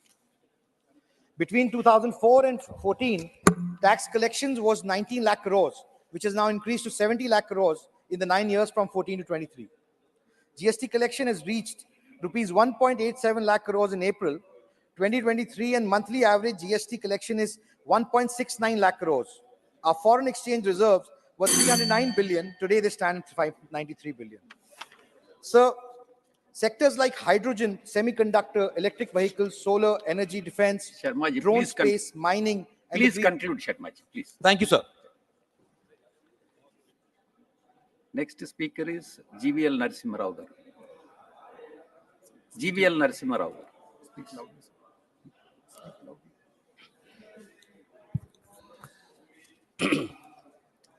Thank you, Chairman sir.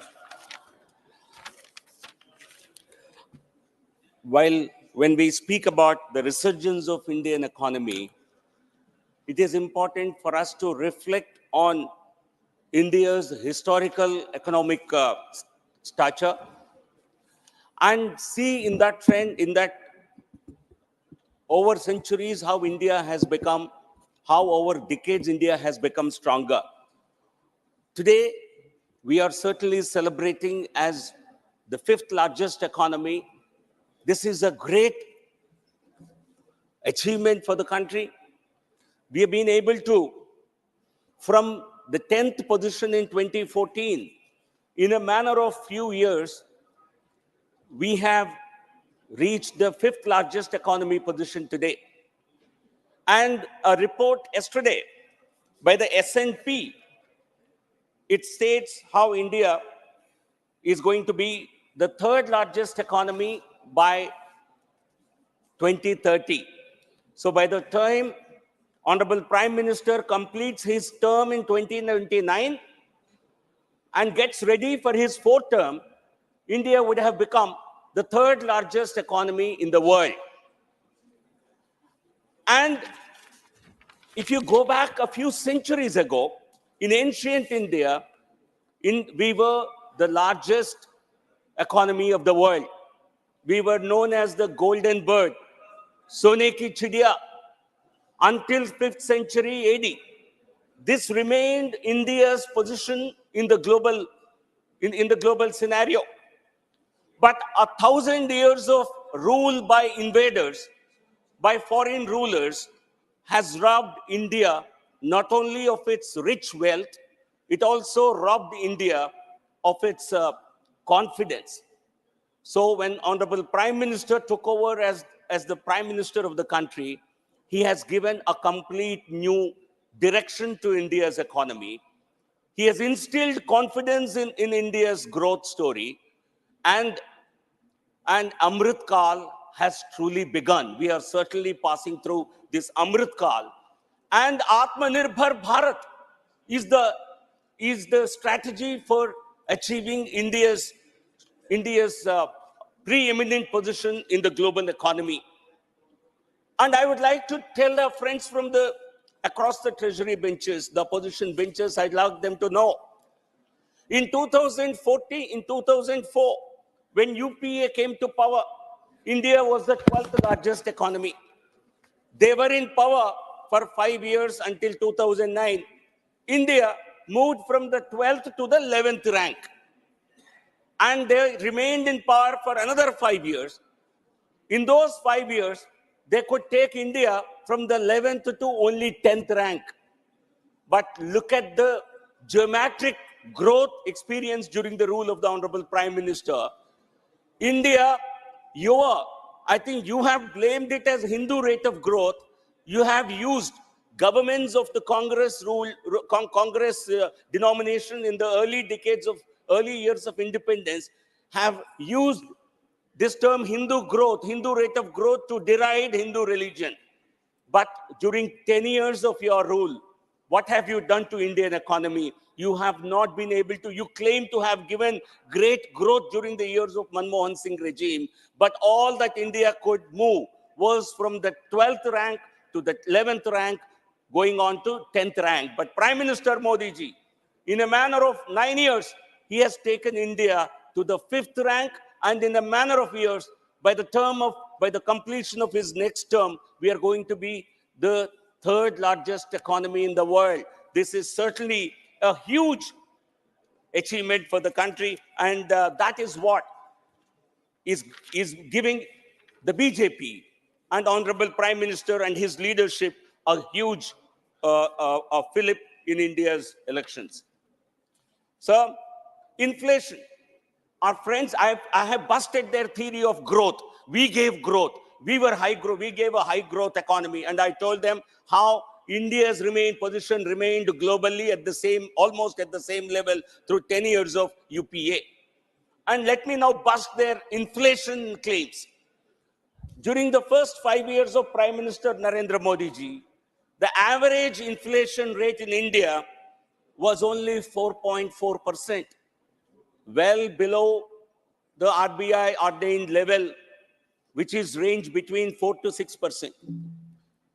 Look at the Congress party's performance. Look at the UPA performance. What was the inflation levels in the UPA rule? In 4 years, between 2004 and 2014, inflation levels were well below 10%. Double-digit inflation, what UPA has given this country. It was 13.9% in 2009 and 10. And under Prime Minister Modi ji, at a time when the world is experiencing one of the highest levels of inflation, India has been able to contain inflation well below even the RBI levels. Let me give you some numbers. The US inflation level is above 7%. Let me give you the exact number. UK, US experienced over 7%, highest inflation in 40 years. UK is experiencing one of the highest inflations in the last 30 years. It is currently 7.9%. It was in June 2023, which is a high after 41 years. Europe is also struggling with inflation. Germany, which is Europe's largest economy, also has one of the highest inflation levels. It is only India which has not only maintained high growth during the post-COVID period, it has also maintained very, very low to moderate levels of inflation. So the friends from the Congress who claim there is high inflation must look back, because any comparisons that you do, any comparison of any performance, you have to do over time. You have to do spatially, and you have to do cross-sectionally. And time series performance clearly tells us how Congress governments have given only inflation and not a real growth. Let me give some more numbers. One of the highest levels of inflation in India's post-independent India were 19.3% in 91-92 under a Congress leadership, 95-96, 12.8%, and under Srimati Indira Gandhi, it even touched double digit. It crossed even 30% for 2 years. So this is the Congress story. So every time Congress comes to power, they bring inflation along, and it is only the BJP-led governments, the NDA governments under Prime Minister Narendra Modi ji, which have given relief to the common man. Jab Congress aati hai, tab mehengai lati hai. I think this would be a nice slogan that would go along with them, because in Karnataka, where they came to power only in early this year, in May this year, soon after they came to power, they hiked milk prices by 3 rupees per liter. They hiked electricity charges, though through a very indirect mechanism by increasing fuel and power purchase cost elements in this. They have increased every commodity that a common man needs for his survival. So the Congress Party's only guarantee is Mehengai guarantee, is inflation guarantee and nothing else. So if you look at our performance, India's GDP growth for the last year was 7.2%, the fastest growing economy of all the major economies in the world. And this has been possible. This high growth trajectory has become possible because of a measured response, because of a judicious economic policies that the government pursued mainly during the COVID and post-COVID era. And friends from the opposition, all of them claim that India's economy can only be revived by putting money directly into the hands of the people, by giving helicopter money. But that kind of any country, all countries that have followed that prescription have actually failed. And these are the countries which are experiencing one of the highest inflation levels in half a century. Prime Minister Narendra Modi ji's economic vision and economic policy is today being hailed as the best in the entire world. What has made this kind of an economic transformation, this kind of a turnaround possible? Let me give a few illustrations. Let me cite a few cases. One, the Atmanirbhar vision. I think COVID, which is a challenging period for the entire globe, was used to unveil a new economic vision that was Atmanirbhar Bharat vision that has actually helped India transform its economy. Also, our governance principle, Prime Minister's governance principle of Sabka Saath, Sabka Vikas, Sabka Vishwas, actually translated into money reaching to the most needy people and ensuring that they do not suffer the hardships of the COVID period, and they are able to lead a very happy and a healthy life. Second, a digital revolution. I think the whole world is overawed by the success of Indian economic digital revolution. Today, in October 2023, we have touched an all-time high of 11.4 billion UPI transactions, crossing even 10 billion transactions that we got successively for the 3 months. And this resulted in a digital transaction of over 17.16 lakh crore. So this certainly was a contributor. It transformed Indian economy into a cash-based economy, into a digital economy. Clearing the banking mess, because what the UPA left for Narendra Modi ji was a banking sector in complete mess. This government has not only cleaned up the banking sector, it has actually infused dynamism into the sector. Today, the Indian banking sector is one of the best performing banking sectors anywhere in the world. While many banks, even central banks, have experienced difficulties abroad, Indian economy, Indian banking sector is going through its best periods. Gross NPAs and net NPAs are at their decadal lows. And public sector banks have their resources have now been used for acting as pillars of Jan Kalyan. In fact, public sector banks have recorded profits of over 1 lakh crore in the last financial year, and that money has been plowed into financing the welfare of the poor. Also, we have seen how a transparent regime like the GST, which is a huge contribution of Honorable Prime Minister.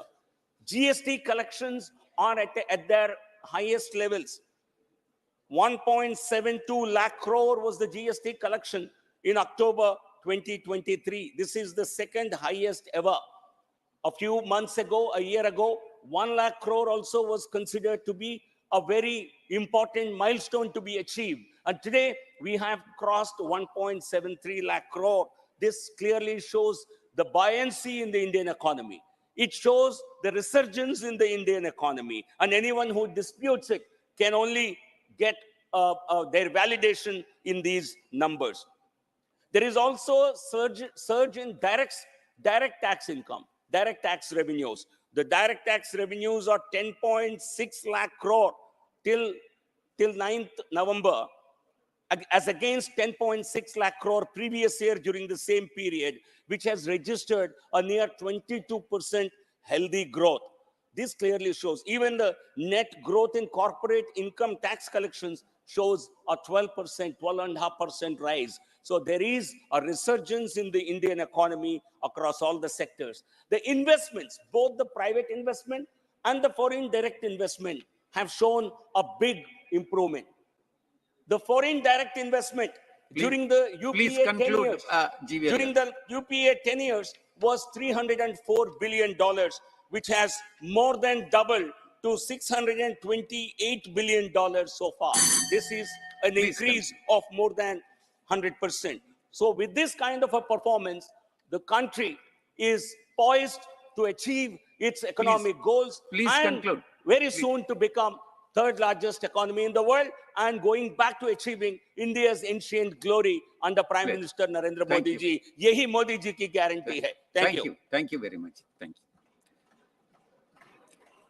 Next speaker is Dr.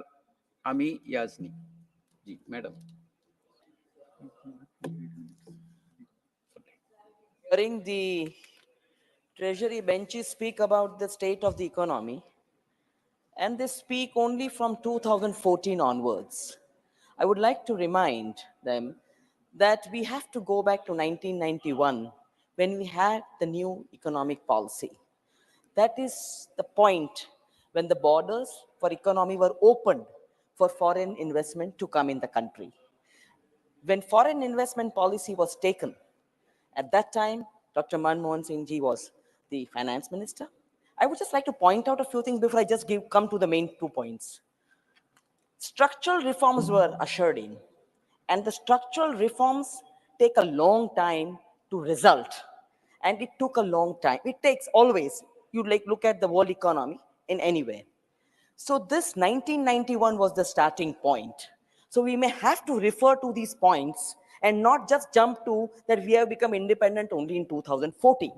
Now, coming to the state of economy today, 3 main factors, 3 main areas, which I would like to say in a short time. First is the farmer section, the agriculture sector. Some of the data is not even in the formal economy because they're landless farmers who are working on farms. That productivity is not reflecting in the formal economy. That farmer section or that particular sector is devoid of any reforms today. They are wanting some kind of reforms, which is not reflecting in the economy. And we are seeing landless farmers. We are seeing farmers who are wanting some kind of reforms, and they want credit, they want equipments and several other things. The second sector, which is very important and which nobody is talking about, is the MSME sector. The MSME sector has got 630 lakh units, which are micro units. Post COVID, quite a few high number. I do not want to go into the data of 15,000 or 20,000 have closed down. Where is the credit facility? You talk about schemes, but have these schemes percolated to those units? Have those units revived? Have the labor force been able to re-enter these particular units? Whether the technology transfer, and you are continuously talking about comparing with Germany, Europe, UK, US, and you want to take only talk about foreign. Have you tried to look internally, locally? You are giving food, ration to more than 50% of the population. 80 crores people are getting free ration. What about employment? Coming to employment later on, back to MSME sector. Where are the credit facilities? Where is the credit which is required to revive a unit and give them life? And this MSME sector is the backbone of the economy. And you're not speaking about this backbone of the economy. You're not speaking of the MSME sector. You're not talking about technology transfer to this particular section. And you're not even having the right data on the MSME, that whether they are surviving, they are going to revive, or they are going to see that the economy gets strengthened. Sir, the third is the gig workers. We have not got a workforce which is regular. They don't even get retirement perks. They don't get any health care because they are gig workers. You talk about these gig workers, they are not regular workers because industry does not employ them. You have graduates who come out of universities because you have got tremendous universities flourishing, private universities, and you have got different economic education policies for these universities. The graduates who come out are unemployed youth. Why are the youngsters of our country going abroad? I do not want to give the numbers that form the diaspora outside, but what about looking internally at our economy? All the data which is coming is foreign direct investment, export, but then you have to look at what has happened to export and import.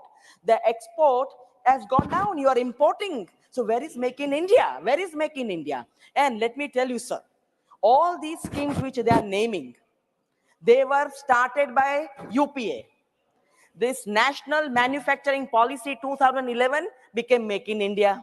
Now, if you're making in India, where are the products? What are you doing? Why is there so much import of these components? Why are you not manufacturing? Why are you not employing your youth? Why are you not equipping them so that the economy becomes sound? And you go on talking about third largest economy. So let me tell you, sir, that our country became the third largest economy in purchasing power parity in 2011. This indicates that India's overall economic output, adjusted for the relative cost of living, was the third highest in the world. This shows that it implies that a higher standard of living for Indian citizens. Today, we talk about poverty, but we do not have poverty alleviating programs. On the contrary, we are making them answer by giving rations. We are not equipping them, we are not empowering them to become able-bodied people who can be employed. You are not creating employment opportunities, but you want to talk about schemes that you have renamed. So in the end, I would like to say that you have to look at the global hunger index. Where do we stand? We have to look at malnutrition for children. Our children are being wasted, stunted growth. You have to look at female infanticide. You have to look at mortality for children. What are we doing in the healthcare system? So when you talk about the state of the economy, you don't only have to talk about comparing with other countries. You have to look inward. When you make your economy strong, then and then you can speak about the state of the economy, and not the ruling dispensation's head or people who are manning certain ministries. It's not their work. It's the work of the scheme. And it was from 1991 onwards that the institutions were put in place. These institutions acted as regulatory mechanisms. Where are those institutions? Why are these institutions not getting accountable for not performing? These are these non-performing assets. Apart from the non-performing assets of the bank, we have not been able to bring that money back. Forget about the black money you talked about. Forget about 15 lakhs going to each one's account. We have not been able to say anything about that. The ruling dispensation has got some kind of a fixation. They are living post 2014. They forget their own childhood, that they studied in good educational institutions. They don't give credit to their own parents, their own grandparents who got freedom to this country, and are only having a straight-jacketed formula post 2014. But what have you done after 2014? Where is that education required? Where is the skill which is required to equip our youngsters to see that they become good employers, they can also create employment for other people? Where is that economy's backbone? MSME, where have you done that revival? You talk about portals, digital India, where is that computer education? And what are these portals doing? The data on Udyam portal shows that the industries that closed down, the MSME, there is no detail. The licenses got cancelled. They couldn't revive. And they're all sitting. What about the cooperatives you want to start at the local level, at the village level? They don't get revived. You want to give employment to women. Where are the women getting employment? They have not got a re-entry in the workforce. They cannot get back in the workforce post-COVID. They're sitting at home. So what are you doing? for empowerment of women. You may bring the reservation bill with a caveat, but where is the empowerment for women? How will she become economically empowered? You are not giving her health care. You are not giving her meals which are nutritious. So, sir, these are the factors which need a proper data. Where is the data, sir? There is no data. Where are those institutions providing data on all these indicators? These indicators will tell the state of the economy of this country, not who is manning the country or who are manning the institutions. And so one last point, sir. Please that conclude. unless and until we change the game, we cannot succeed by changing the names. You may change the name of all the policies, of all the schemes, but if you cannot perform, you become a non-performing asset. State of the economy, the students, the youngsters of this country are reading, they're watching, they're looking at all the Nehruvian era and the Rajiv Gandhi era for computerization, for all kinds of digital work, which is now happening on that base, which was already created. And that is why the state of the economy is not as the way it is projected by the ruling dispensation. Thank you very much, sir. Next speaker is Shri Jose K. Mani ji. 3 minutes. So the economic well-being of our citizen transcends political affiliations. It is a matter of national urgency. The economic indicator unfortunately paint a concerning picture. While the government claims economic growth, the rising unemployment rate tell a different story, impacting the lives of millions. So, to assess whether an economy is growing, to assess economic activity, to find out whether the economy is robust, we need to assess the lower strata of people, which consist of the farmers, laborers, and workers, whether the standard of living has improved. And if you go in the plight of these strata of people, we find that they are struggling for existence, they are struggling for survival, they are struggling to make the ends meet. And not only that, we find that from the data all here, we find that the gap between the haves and have-nots have increased.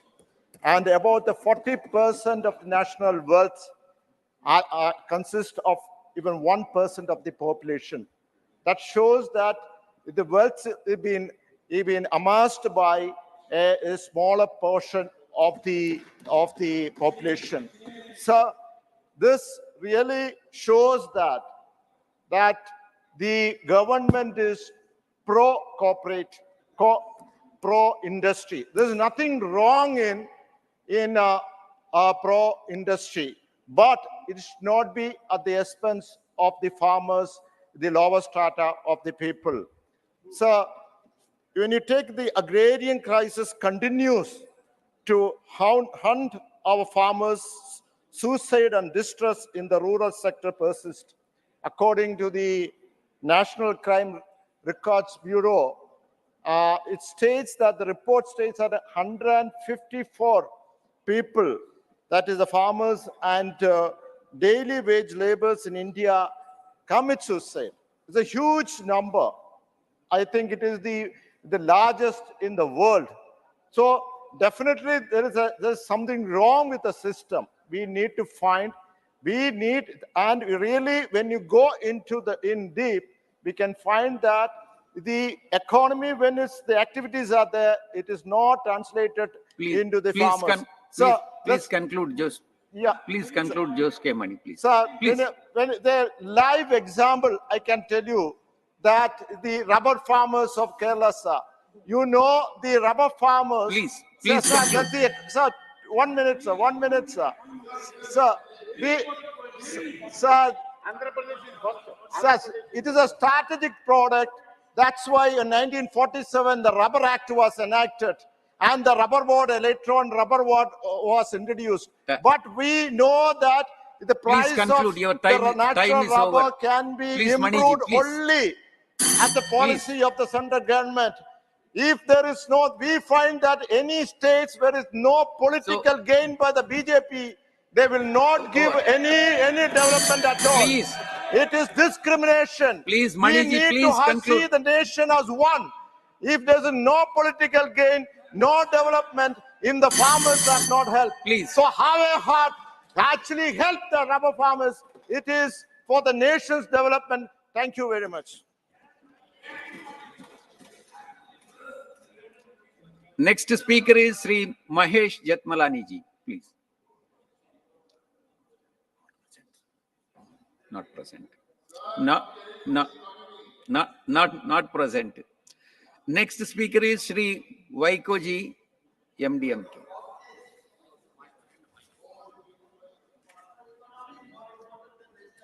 Mr. Vice Chairman, sir. 3 minutes, Vaiko ji, please. I'm so thankful to you for giving me this opportunity to participate in the discussion on the economic situation in the country. India's current GDP is 3.75 trillion US dollars, which the present BJP government claims it would go to 5 trillion in 2025. But who will be benefited by this growth? It is a jobless growth. Unemployment is increasing.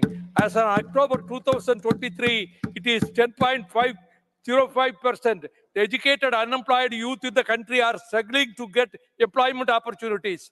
We are witnessing every year 1 crore job loss in our country, and the wages of the workers are falling drastically. We are witnessing the continuing agrarian crisis. You have promised doubling the farmers' income, but unfortunately, farmers' income did not get doubled. But at the same time, suicides of the farmers got doubled. Our banks are in deep crisis. What is the remedy that they are putting forward? The bank NPAs are rising, and the government is providing further concessions to the corporates to write off their loans, but they are not prepared to reduce or write off the loans of farmers, students, and small entrepreneurs in the MSME sector. This country has also faced inflationary pressures over the years, influencing the current unemployment rate in India.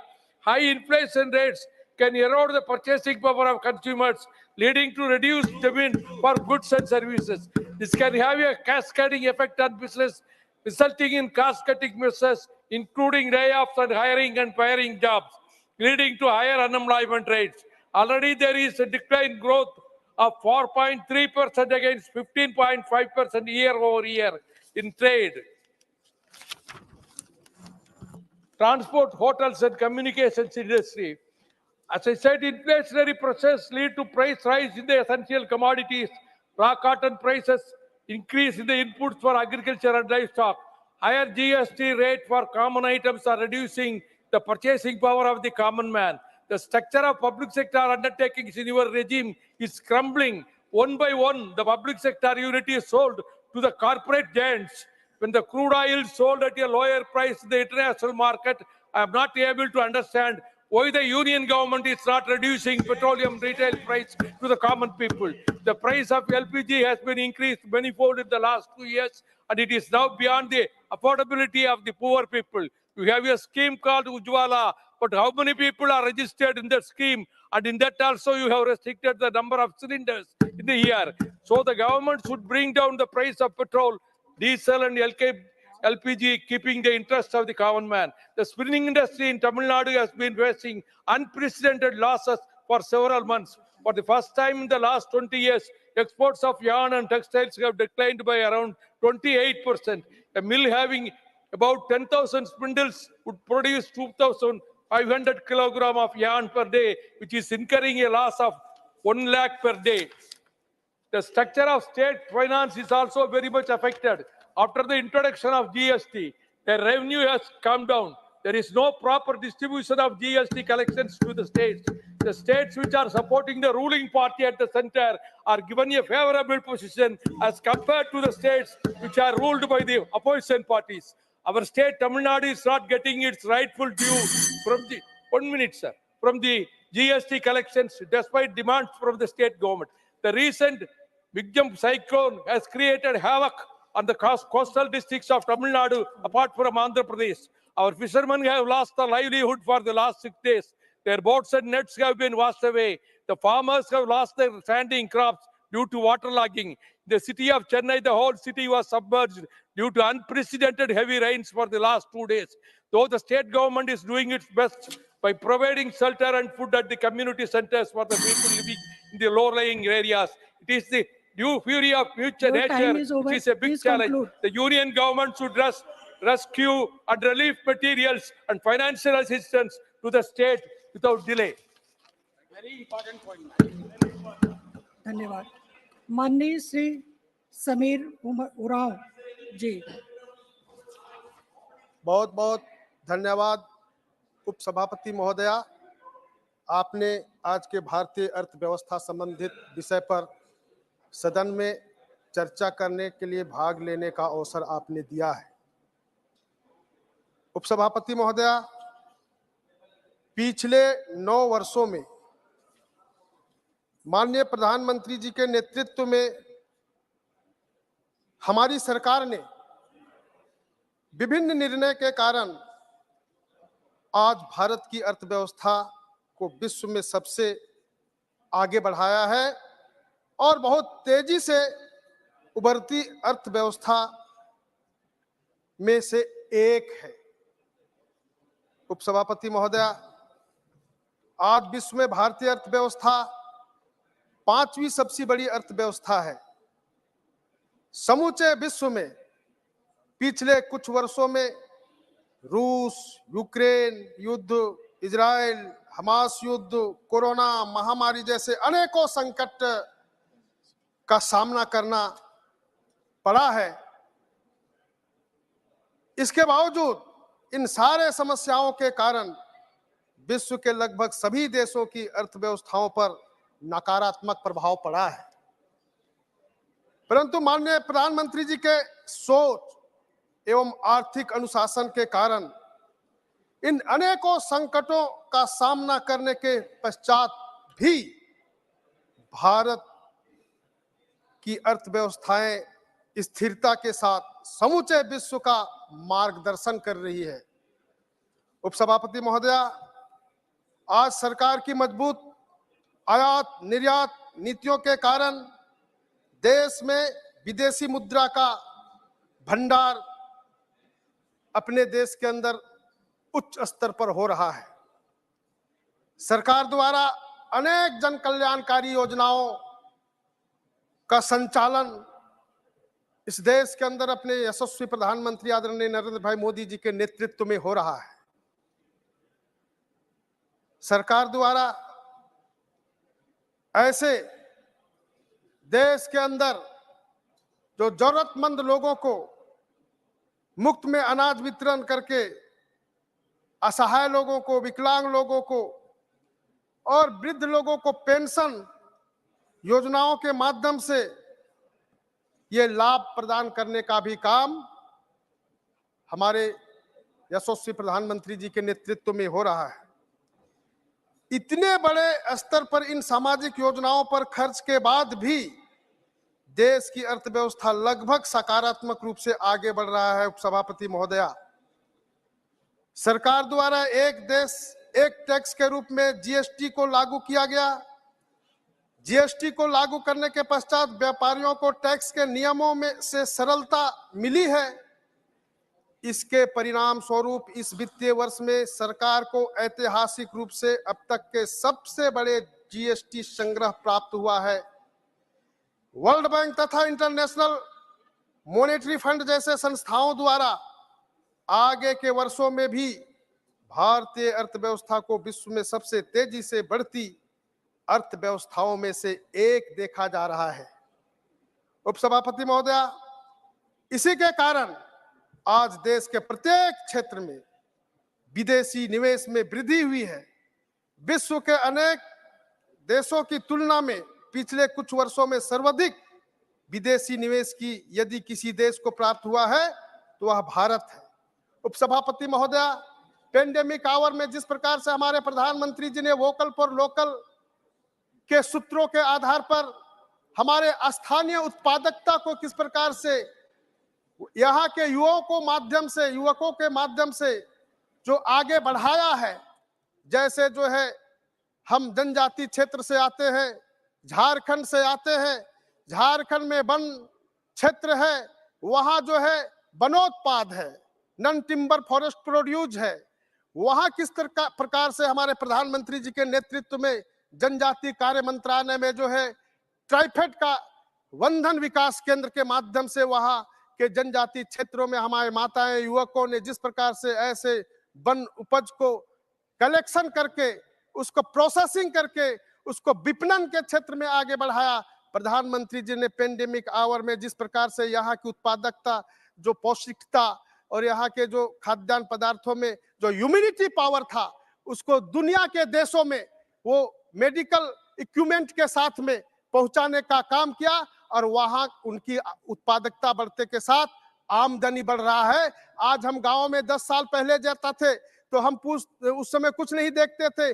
आज जब 10 साल के बाद मैं जाता हूं इन 9 वर्षों के अंदर में, तो मैं पूछता हूं कि भाई ये क्या है, तो नहीं, हम लोग एक मिनी राइस मिल बैठा है यहाँ पे, सारे लोग हम लोग मिल करके आसपास के जो भी धान का उपज होता है उसको हम यहाँ चावल बनाते हैं, इससे हमारी आमदनी बढ़ रही है। तो ऐसे अर्थव्यवस्था में एक गांव भी सहभागिता हो करके ये भारत की अर्थव्यवस्था को आगे बढ़ाने में सहभागी हो रहे हैं।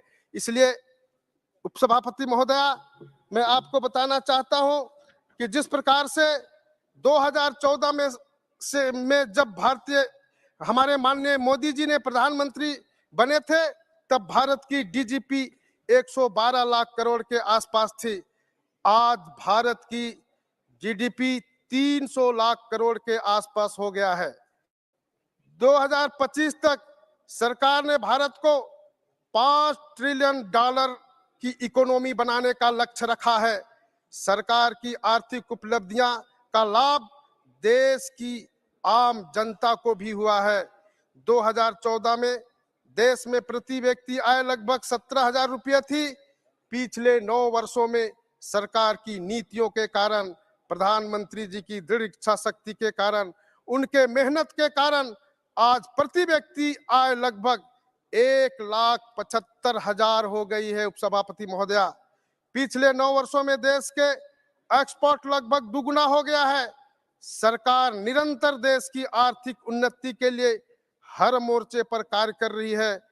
अतः मुझे विश्वास है कि सरकार की आर्थिक नियत व नीति के कारण जल्द ही भारत विश्व की सर्वोच्च अर्थव्यवस्था में पहुंचेगा और निश्चित रूप से आज देश के यशस्वी प्रधानमंत्री जी इन दिशाओं पर एक भारत श्रेष्ठ भारत और आत्मनिर्भर भारत, स्वावलंबी भारत की यात्रा कर रहे हैं। उसमें पूरे देश भर के लोग उनके यात्रा में सहभागी होकर के आगे बढ़ रहे हैं।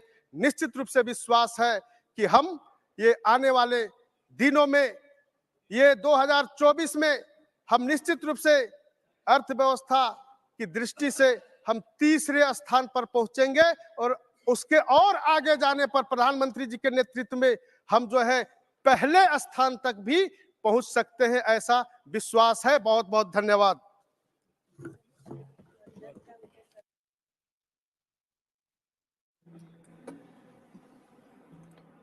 धन्यवाद।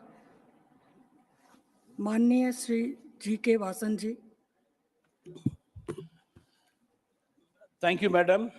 The country has demonstrated resilience and adaptability in face of persistent global challenges. We all know natural You have 3 disasters minutes.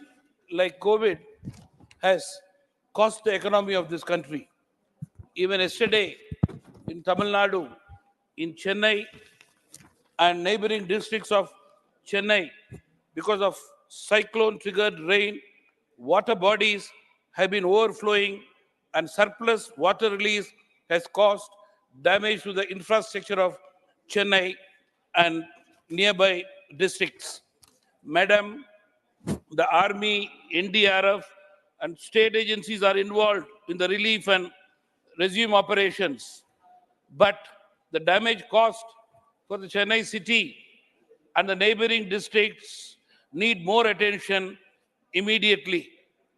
I request the central government to take care of the need of the Chennai people and neighboring district people at the time of this unfortunate disaster, which they are not able to bear because of the velocity of the rain.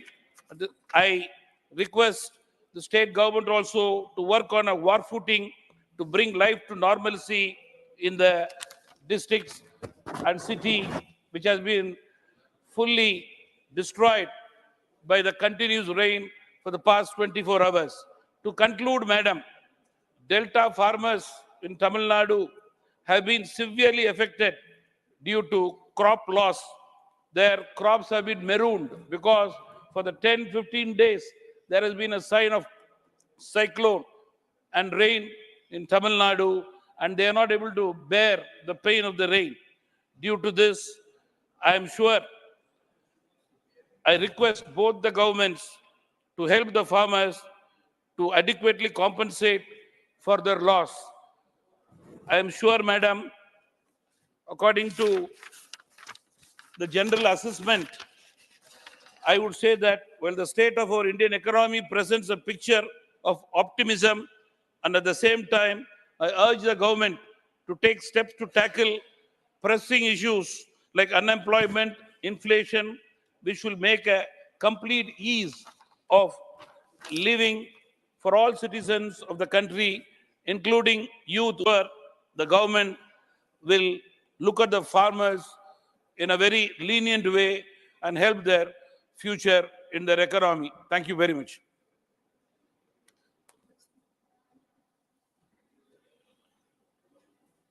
माननीय श्री राकेश सिन्हा जी, आपके पास 15 minute का समय है। 15।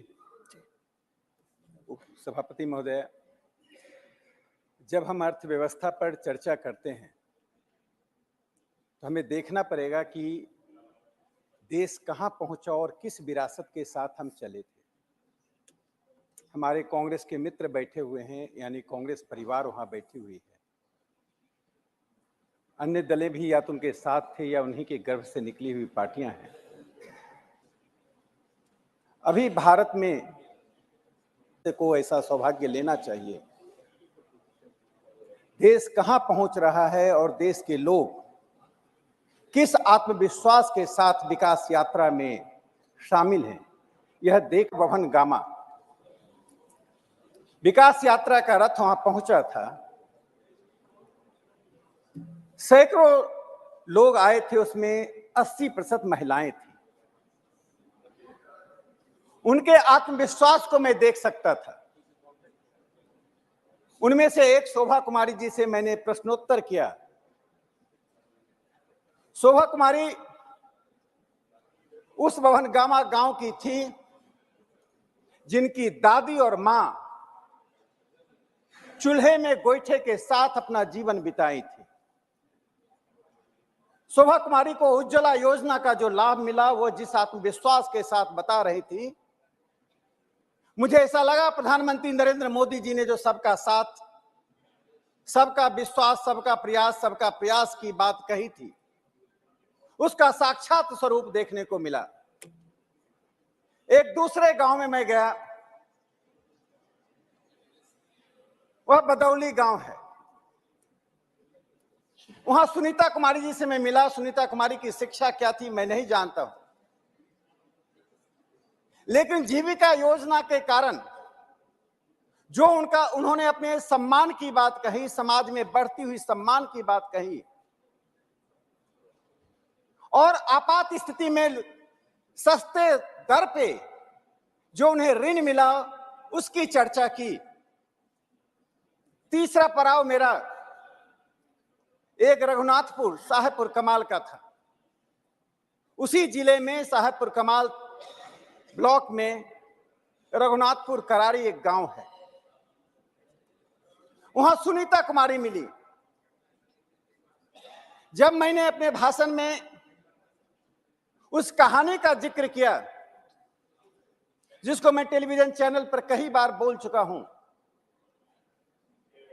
जब मैं छोटा था और मेरी मां गोईठे से चूल्हे में भोजन बना रही थी, तो एक उनकी सखी आई और बोली, किसी का नाम लिया, वह नाम मुझे याद नहीं था मैं, लेकिन वो कहानी मेरे मस्तिष्क पटल पर अंकित हो गया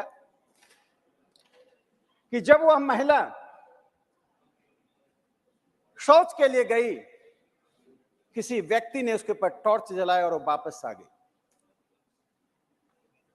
जब मैं ये कहानी बता रहा था तो महिलाओं के मैं दृश्य को देख रहा था और सबने कहा जो आपने सुनाया वैसी ही घटनाएं एक या दूसरे रूप में घटती रही।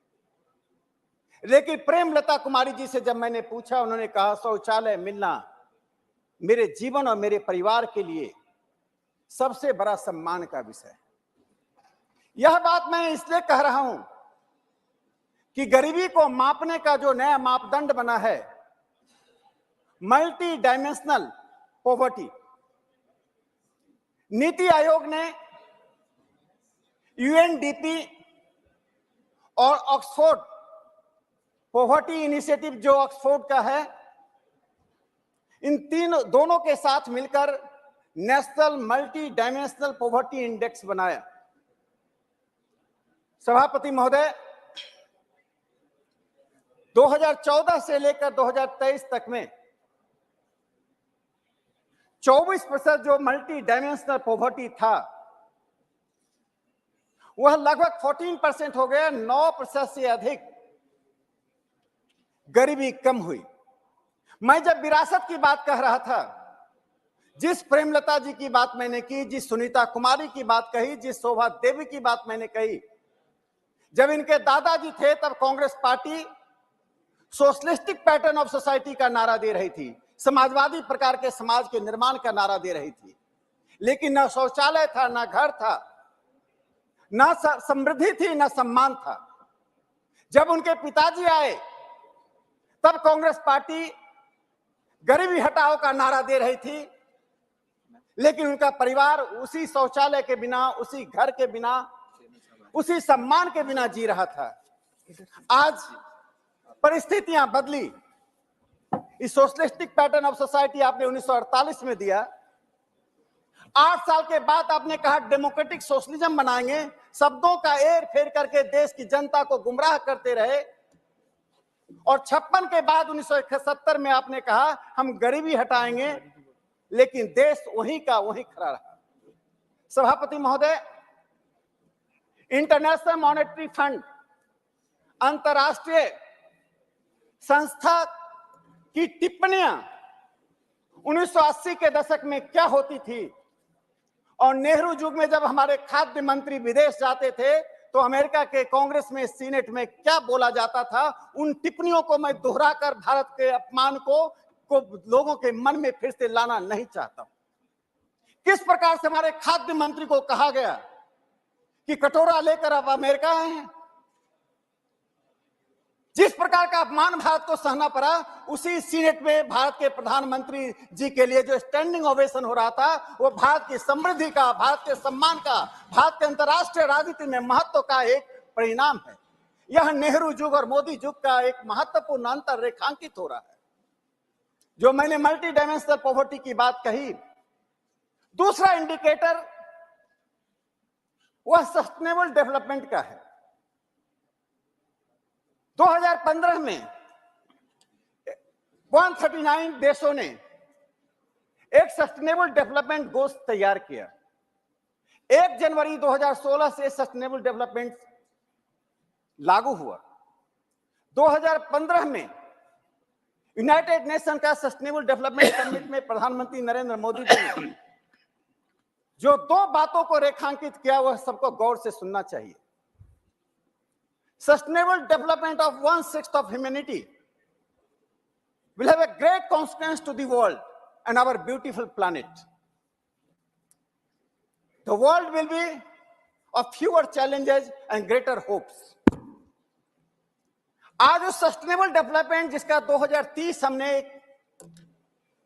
समय निर्धारित किया है, पूरी दुनिया को सस्टेनेबल डेवलपमेंट में लाने के लिए इस देश को इस बात के लिए गर्व करना चाहिए, प्रधानमंत्री नरेंद्र मोदी जी के नेतृत्व में हमारी सरकार की आर्थिक कार्य संस्कृति हमारी सरकार की उस दृष्टि के कारण आज जो गोल निर्धारित हुआ है, जो लक्ष्य निर्धारित हुआ है, उस लक्ष्य से हम आगे चल रहे हैं। 1.2 हम आगे चल रहे हैं और पूरी दुनिया देख रही है कि ब्राजील और साउथ अफ्रीका जैसे धनी देशों की तुलना में भारत 1.2 आगे है, यानी सस्टेनेबल डेवलपमेंट को हम 2030 से आने से पहले प्राप्त कर लें। तीसरा एक महत्वपूर्ण पक्ष इसमें आता है सभापति महोदय, स्थूल बातों की चर्चा हुई जिसमें पर कैपिटा इनकम जीडीपी की है, मैं उसे दोहराना नहीं चाहता हूं, लेकिन देश में कुछ ऐसे सूक्ष्म बातें होती हैं जो छोटे स्थान पर रहने वाले लोगों के जीवन को प्रभावित करता है। इससे मल्टी डायमेंशनल पॉवर्टी के जो 12 इंडिकेटर्स हैं, जिसमें शिक्षा भी है, इंफ्रास्ट्रक्चर है, इनमें कई बातों में मैं एक बात का जिक्र करता हूं, जन औषधि केंद्र, कैसे सामान्य व्यक्ति का जीवन इससे प्रभावित हुआ है। बड़े घरों में रहने वाले, बड़ी गाड़ियों से चलने वाले, दशकों से तक सत्ता का भोग करने वाले शायद जन औषधि केंद्र के महत्व को नहीं समझ पाएंगे। 7 मार्च 2022 को प्रधानमंत्री जन औषधि केंद्र के लाभार्थी से बात कर रहे थे। बात करते समय जिनका नाम था एंथोनी साहब से प्रधानमंत्री ने पूछा, वे पटना के थे, कि आपको क्या लाभ हुआ? जो एंथोनी ने कहा वह आंखें खोल देने वाली। उन्हें प्रत्येक महीने 1200 से 1500 रुपए की दवाई खरीदनी पड़ती थी, जो सिर्फ 250 रुपए में हो रहा है। आज देश में 10,010 जन औषधि केंद्र खुल गए हैं। उसी बातचीत के क्रम में एक दूसरे लाभार्थी से जब प्रधानमंत्री जी ने पूछा, मिस्टर बेहेरा से, तो बेहेरा ने कहा कि प्रत्येक महीने उनकी बचत 2000 से 2500 रुपए तक हो रही है।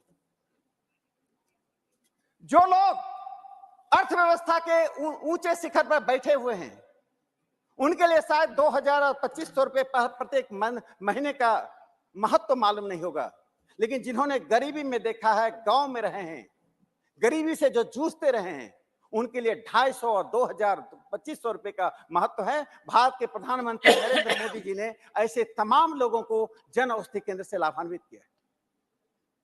एक दूसरा पक्ष देखिए, कैसी सूक्ष्म बातें देश के सम्मान को बढ़ाती हैं। 2020 में लाल किले से प्रधानमंत्री नरेंद्र मोदी जी ने जब एक बात कही, हमारी माताएं और बहनें पीढ़ियों से स्वास्थ्य की एक ऐसी प्राकृतिक समस्या से जूझ रही थी जिनके लिए उनके पास शब्द नहीं थे। प्रधानमंत्री नरेंद्र मोदी जी ने सैनिटरी नैपकिन को सामान्य महिलाओं तक पहुंचाने की बात करके न सिर्फ उस टैबू को तोड़ा, आज जन औषधि केंद्र में, मैं आज से 6 महीने पहले की आंकड़ा बता रहा हूं, 21 करोड़ सैनिटरी नैपकिन सिर्फ जन औषधि केंद्र से बिका है। वहां जाने वाली जो महिलाएं हैं, वे अत्यंत ही सामान्य परिवार की डिप्राइव्ड महिलाएं हैं। इसी मल्टी डायमेंशनल पॉवर्टी में जब भारत के प्रधानमंत्री मोदी जी ने स्वच्छता अभियान शुरू किया, तो मैं जानता हूं उस वक्त हमारे विपक्ष के कई साथियों ने उसका किस प्रकार से माखौल उड़ाया था। आज देश स्वच्छता अभियान में 21% जो डिप्रीवेशन था उससे आगे बढ़ चुका है।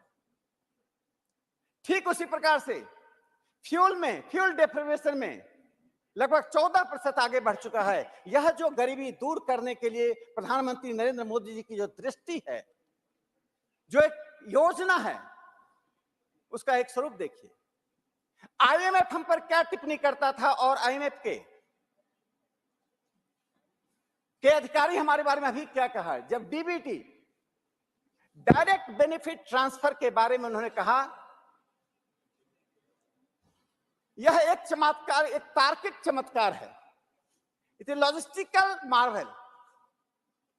ऐसा क्यों कहा? मैं 2 आंकड़े आप सदन के सामने प्रस्तुत करना चाहता हूं। 2023-24 में 3,28,000 करोड़ का डीबीटी होने का अनुमान है। उससे जो एस्टिमेटेड सेविंग है, सिर्फ फर्टिलाइजर मिनिस्ट्री को 18,000 करोड़ की सेविंग है, रूरल डेवलपमेंट मिनिस्ट्री को 40,000 करोड़ की सेविंग है, पेट्रोलियम मिनिस्ट्री को 72,000 करोड़ की सेविंग है, और सबसे अधिक saving food and public distribution में 1,35,000 करोड़ की एस्टिमेटेड सेविंग है।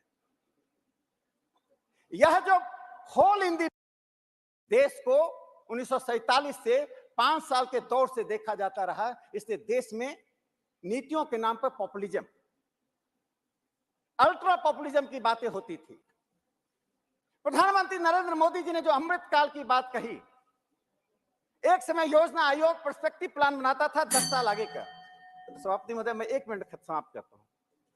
अमृत काल 25 साल के जो देश के लिए लक्ष्य रखा, वो अमृत काल का लक्ष्य क्या है? एसबीआई ने एक स्टडी किया है, आज हम 7 करोड़ लोग टैक्स पेयर हैं, लेकिन 2047 में एसबीआई का जो स्टडी हुआ, जो वैज्ञानिक तरीके से स्टडी किया है, उसमें 48 करोड़ लोग टैक्स पेयर होंगे, जिसमें 83% लोग टैक्स पे करेंगे, सिर्फ फाइल ही नहीं करेंगे, टैक्स पे करेंगे, और पर कैपिटा इनकम 50 लाख रुपए का होगा। सभापति महोदय, जो मध्यम वर्ग का जो फलक बढ़ रहा है, आज भी 2047 तक 61% देश में मध्यम वर्ग होगा। इसलिए मैं कहना चाहता हूं कि राजनीति बदलती है, आप आलोचनात्मक रहें, लेकिन जब देश विकास के दौर से गुजर रहा है, जब दुनिया में भारत के प्रधानमंत्री जब जाते हैं, उस देश की प्रतिष्ठा बढ़ रही है, रिवर्स माइग्रेशन हो रहा है। जो इंजीनियर, डॉक्टर 47 के बाद से हमारे आईआईटी एनआईटी से पढ़कर, हमारे मेडिकल कॉलेज से पढ़कर अमेरिका और जापान और इंग्लैंड जाते थे, वे भारत की ओर आ रहे। पहली बार दुनिया का अखबार यह लिख रहा है कि reverse migration will make impact on silicon valley. ये इस स्थिति के कारण मैं भारत के प्रधानमंत्री नरेंद्र मोदी जी को साधुवाद देना चाहता हूं कि इस देश को प्रगति के पथ पर ले जाकर आज वहां खड़ा किया है, जिसमें सबका साथ, सबका विश्वास, सबका विकास और सबका प्रयास है। इन्हीं शब्दों के साथ सभापति महोदय, बहुत बहुत धन्यवाद। Honorable members, 9 speakers are already listed. The tone of the discussion was set with positivity by Derek O'Brien.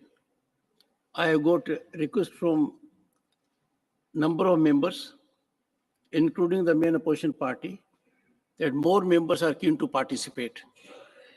I would accommodate them. We have had a very fruitful debate, and I'm sure it will lead to good conclusions. I have therefore decided that the discussion will continue tomorrow as well. Now we'll take a special mention. Sri Ghulam Ali, demand for establishment of Fodder Corporation of India to fight stubble burning. Thank you, Chairman, sir. Establishment of a Fodder Corporation of India, modeled after the successful Food Corporation of Quality India, of debate is very high. is imperative to combat the escalating menace of environmental degradation. The adverse effect of stubble burning and scarcity of fodder, the agriculture and animal husbandry sectors, crucial components of India's economy, face a pressing challenge with the traditional practice of burning stubble crop residues. Scarcity of fodder, high prices, and animal dying due to hunger, contributing significantly to air pollution and animals devoid of adequate fodder. A dedicated fodder corporation would play a pivotal role in addressing this issue by promoting sustainable agriculture practices. It could incentivize farmers to adopt alternative methods for managing crop residues, such as converting them into fodder for livestock. By establishing efficient collection center and processing units, the corporation can streamline the conversion of crop residue into nutrient-rich fodder, reducing the reliance on environmentally harmful practices like stubble burning. Chairman, sir, moreover, the fodder corporation can act as a catalyst for rural development by creating employment opportunities and promoting the use of eco-friendly technologies. By integrating modern farming techniques and providing training to farmers, the corporation can enhance agricultural productivity while mitigating the environmental impact of traditional practices. In essence, the establishment of Fodder Corporation of India is not just a necessity, but a strategic imperative for fostering sustainable agriculture, preserving the environment, and safeguarding the well-being of future generations. It represents the forward-thinking approach to balance agricultural needs with environmental conservations, ensuring a harmonious coexistence between farming practices and ecological integrity. I urge government to establish Food Corporation of India. Thank you. Shri Subhash Chandra Bose Pilli, demand for mega food storage plant. Respected Chairman, sir. Thank you, sir.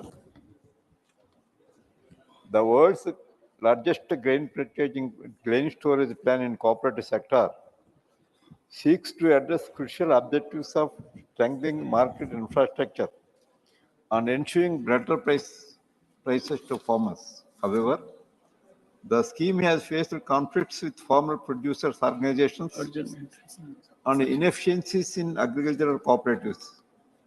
India's track record in maintaining infrastructure compounds to the issue, and the storage capacity for perishable producers remains insufficient.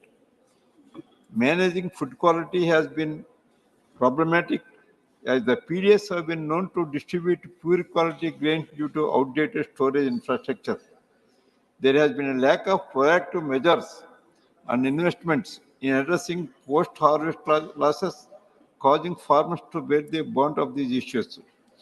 Post-harvest losses in India are due to insufficient infrastructure, including suboptimal storage capacity, inadequate handling and packaging, along with the different transportation infrastructure, lead to physical injury and contamination.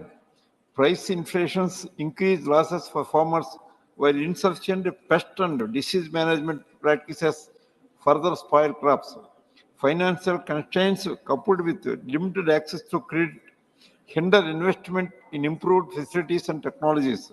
I would request the Honorable Minister for Food and Public Distribution to modernize the existing storage, including separate capacity for horticultural crops, and introduce more schemes focusing on processing perishable items. Thank you, sir. Shri Niranjan BC, demand for a broad-based and inclusive national tourism policy. Not present.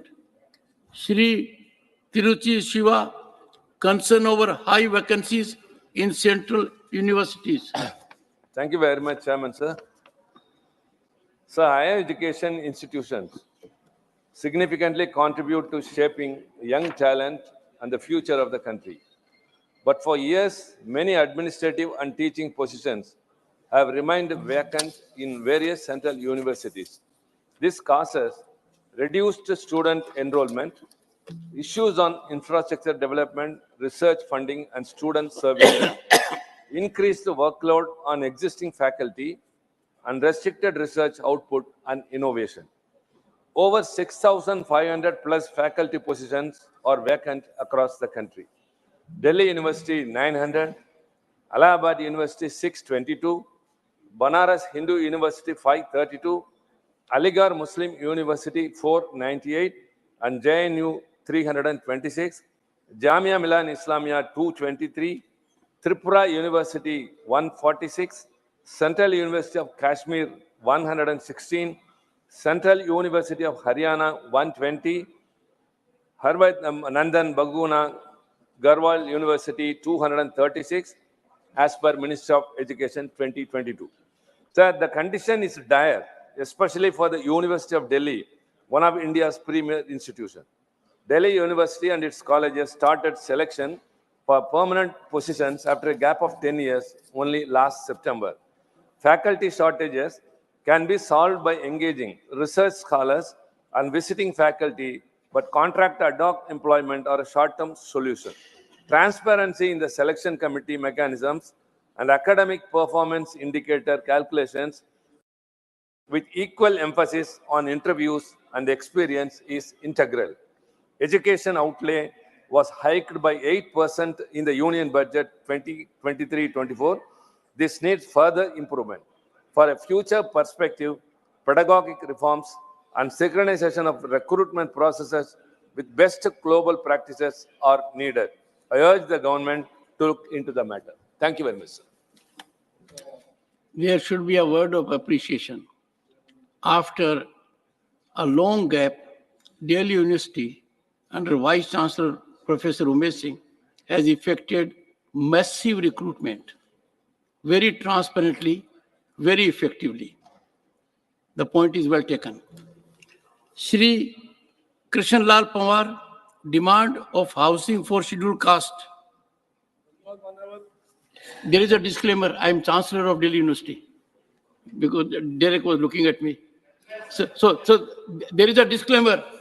I am Chancellor Delhi University, therefore I know about it. धन्यवाद मान्यवर। मान्यवर, मैं आपके माध्यम से सदन का ध्यान एक गंभीर विषय की ओर आकर्षित करना चाहता हूं। मान्यवर, यद्यपि प्रधानमंत्री आवास योजना के माध्यम से गरीबों को काफी राहत मिली है, लेकिन एक लंबे समय से छोटे छोटे घरों में इनके परिवार बड़े हो गए हैं तथा बहुत से गांव में या तो पंचायती जमीन नहीं थी या तो चकबंदी नहीं हुई है। मान्यवर, मेरा भारत सरकार से सुझाव है, ऐसे तमाम मामलों में जमीन अधिग्रहण करके गरीबों के लिए रिहायशी मकान बनाए जाए। इसके अतिरिक्त मेरा एक सुझाव भी है, जिस परिवार में 5 से ज्यादा वयस्क लोग हों, उनको 2 यूनिट मानकर 2 रिहायशी मकान दिए जाएं। इसी से प्रधानमंत्री जी की गरीब कल्याण योजना का सपना साकार होगा। धन्यवाद मान्यवर। Shri R. Girirajan, demand to include Tamil Nadu in the National Cyclone Risk Mitigation Project and establish multi-purpose cyclone center at vulnerable locations. Of the 7,516 kilometer long coastline of India, close to 5,700 kilometers is prone to cyclones and tsunamis. 68% of the cultivable area in vulnerable to drought and hilly areas are at risk from landslides.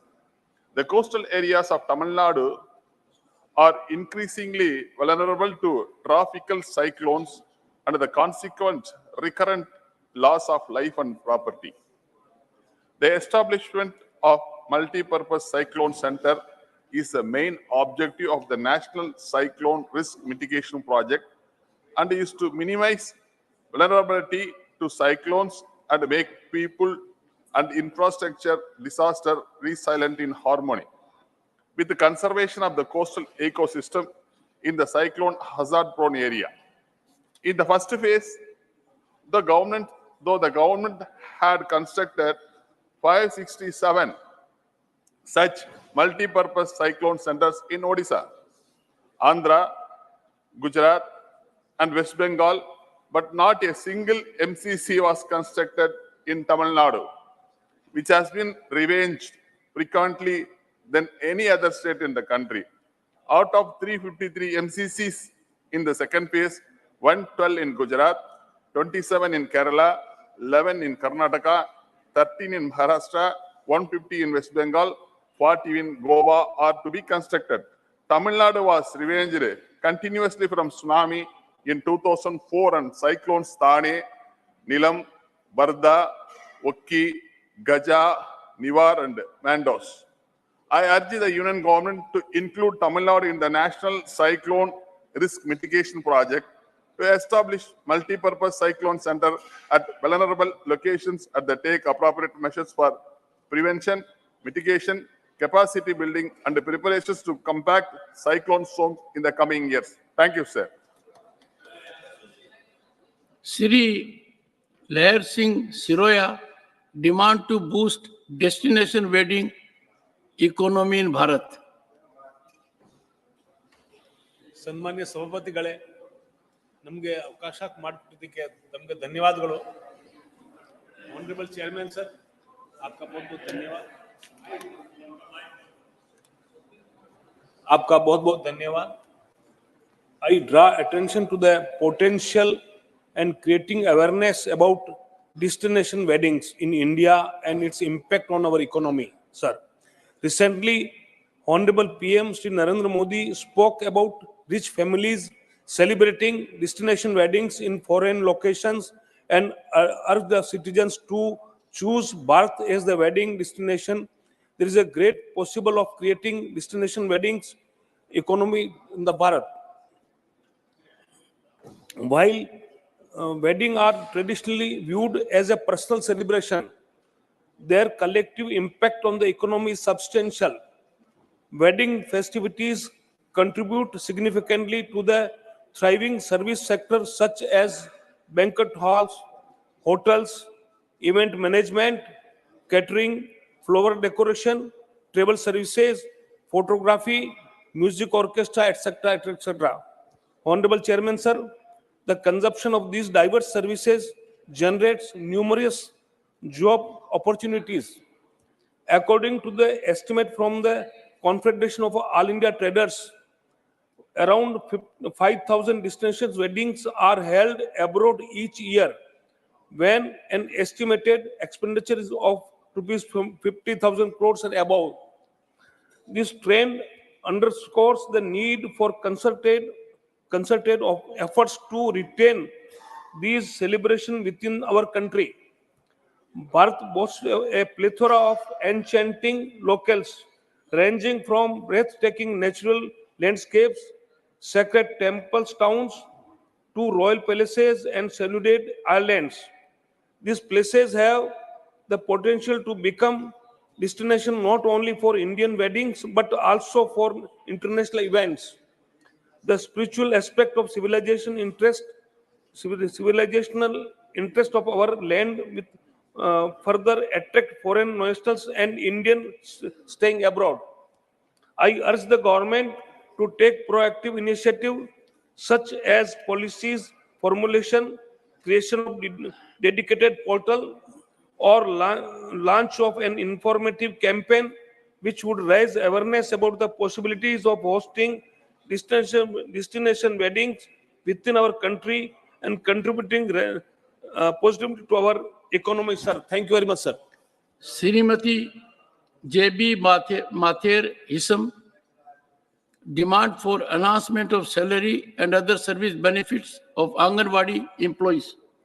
Chairman, sir, I am deeply obliged by the opportunity, and the special mention is on the subject demand for enhancement of salary and other service benefits of Anganwadi employees.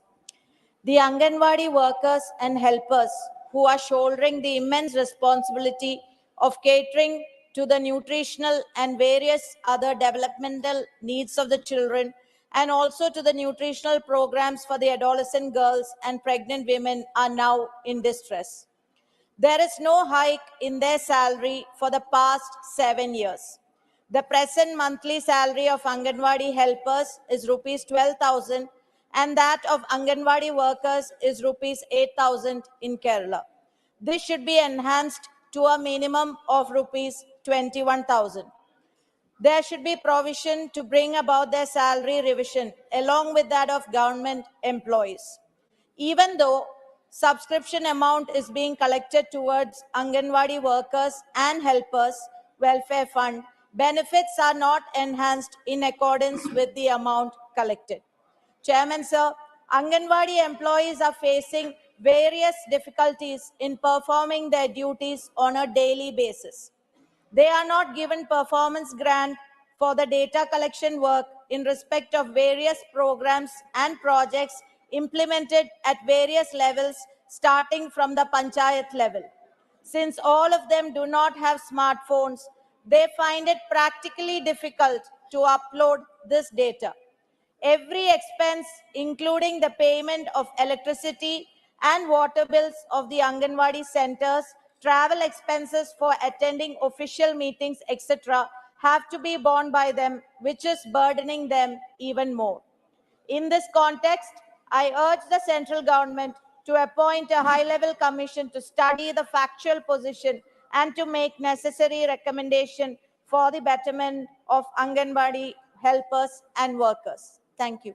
Sri Babu Bhai Jaisang Bhai Desai, concern over air, water and soil pollution. माननीय अध्यक्ष श्री, आपने मुझे air, water, soil pollution के बारे में बोलने की तक दी है, आपका आभार व्यक्त करता हूँ। हमारे पर्यावरण, स्वास्थ्य और अर्थव्यवस्था पर प्रदूषण के गंभीर परिणामों के लिए तत्काल और ठोस कार्यवाही की आवश्यकता है।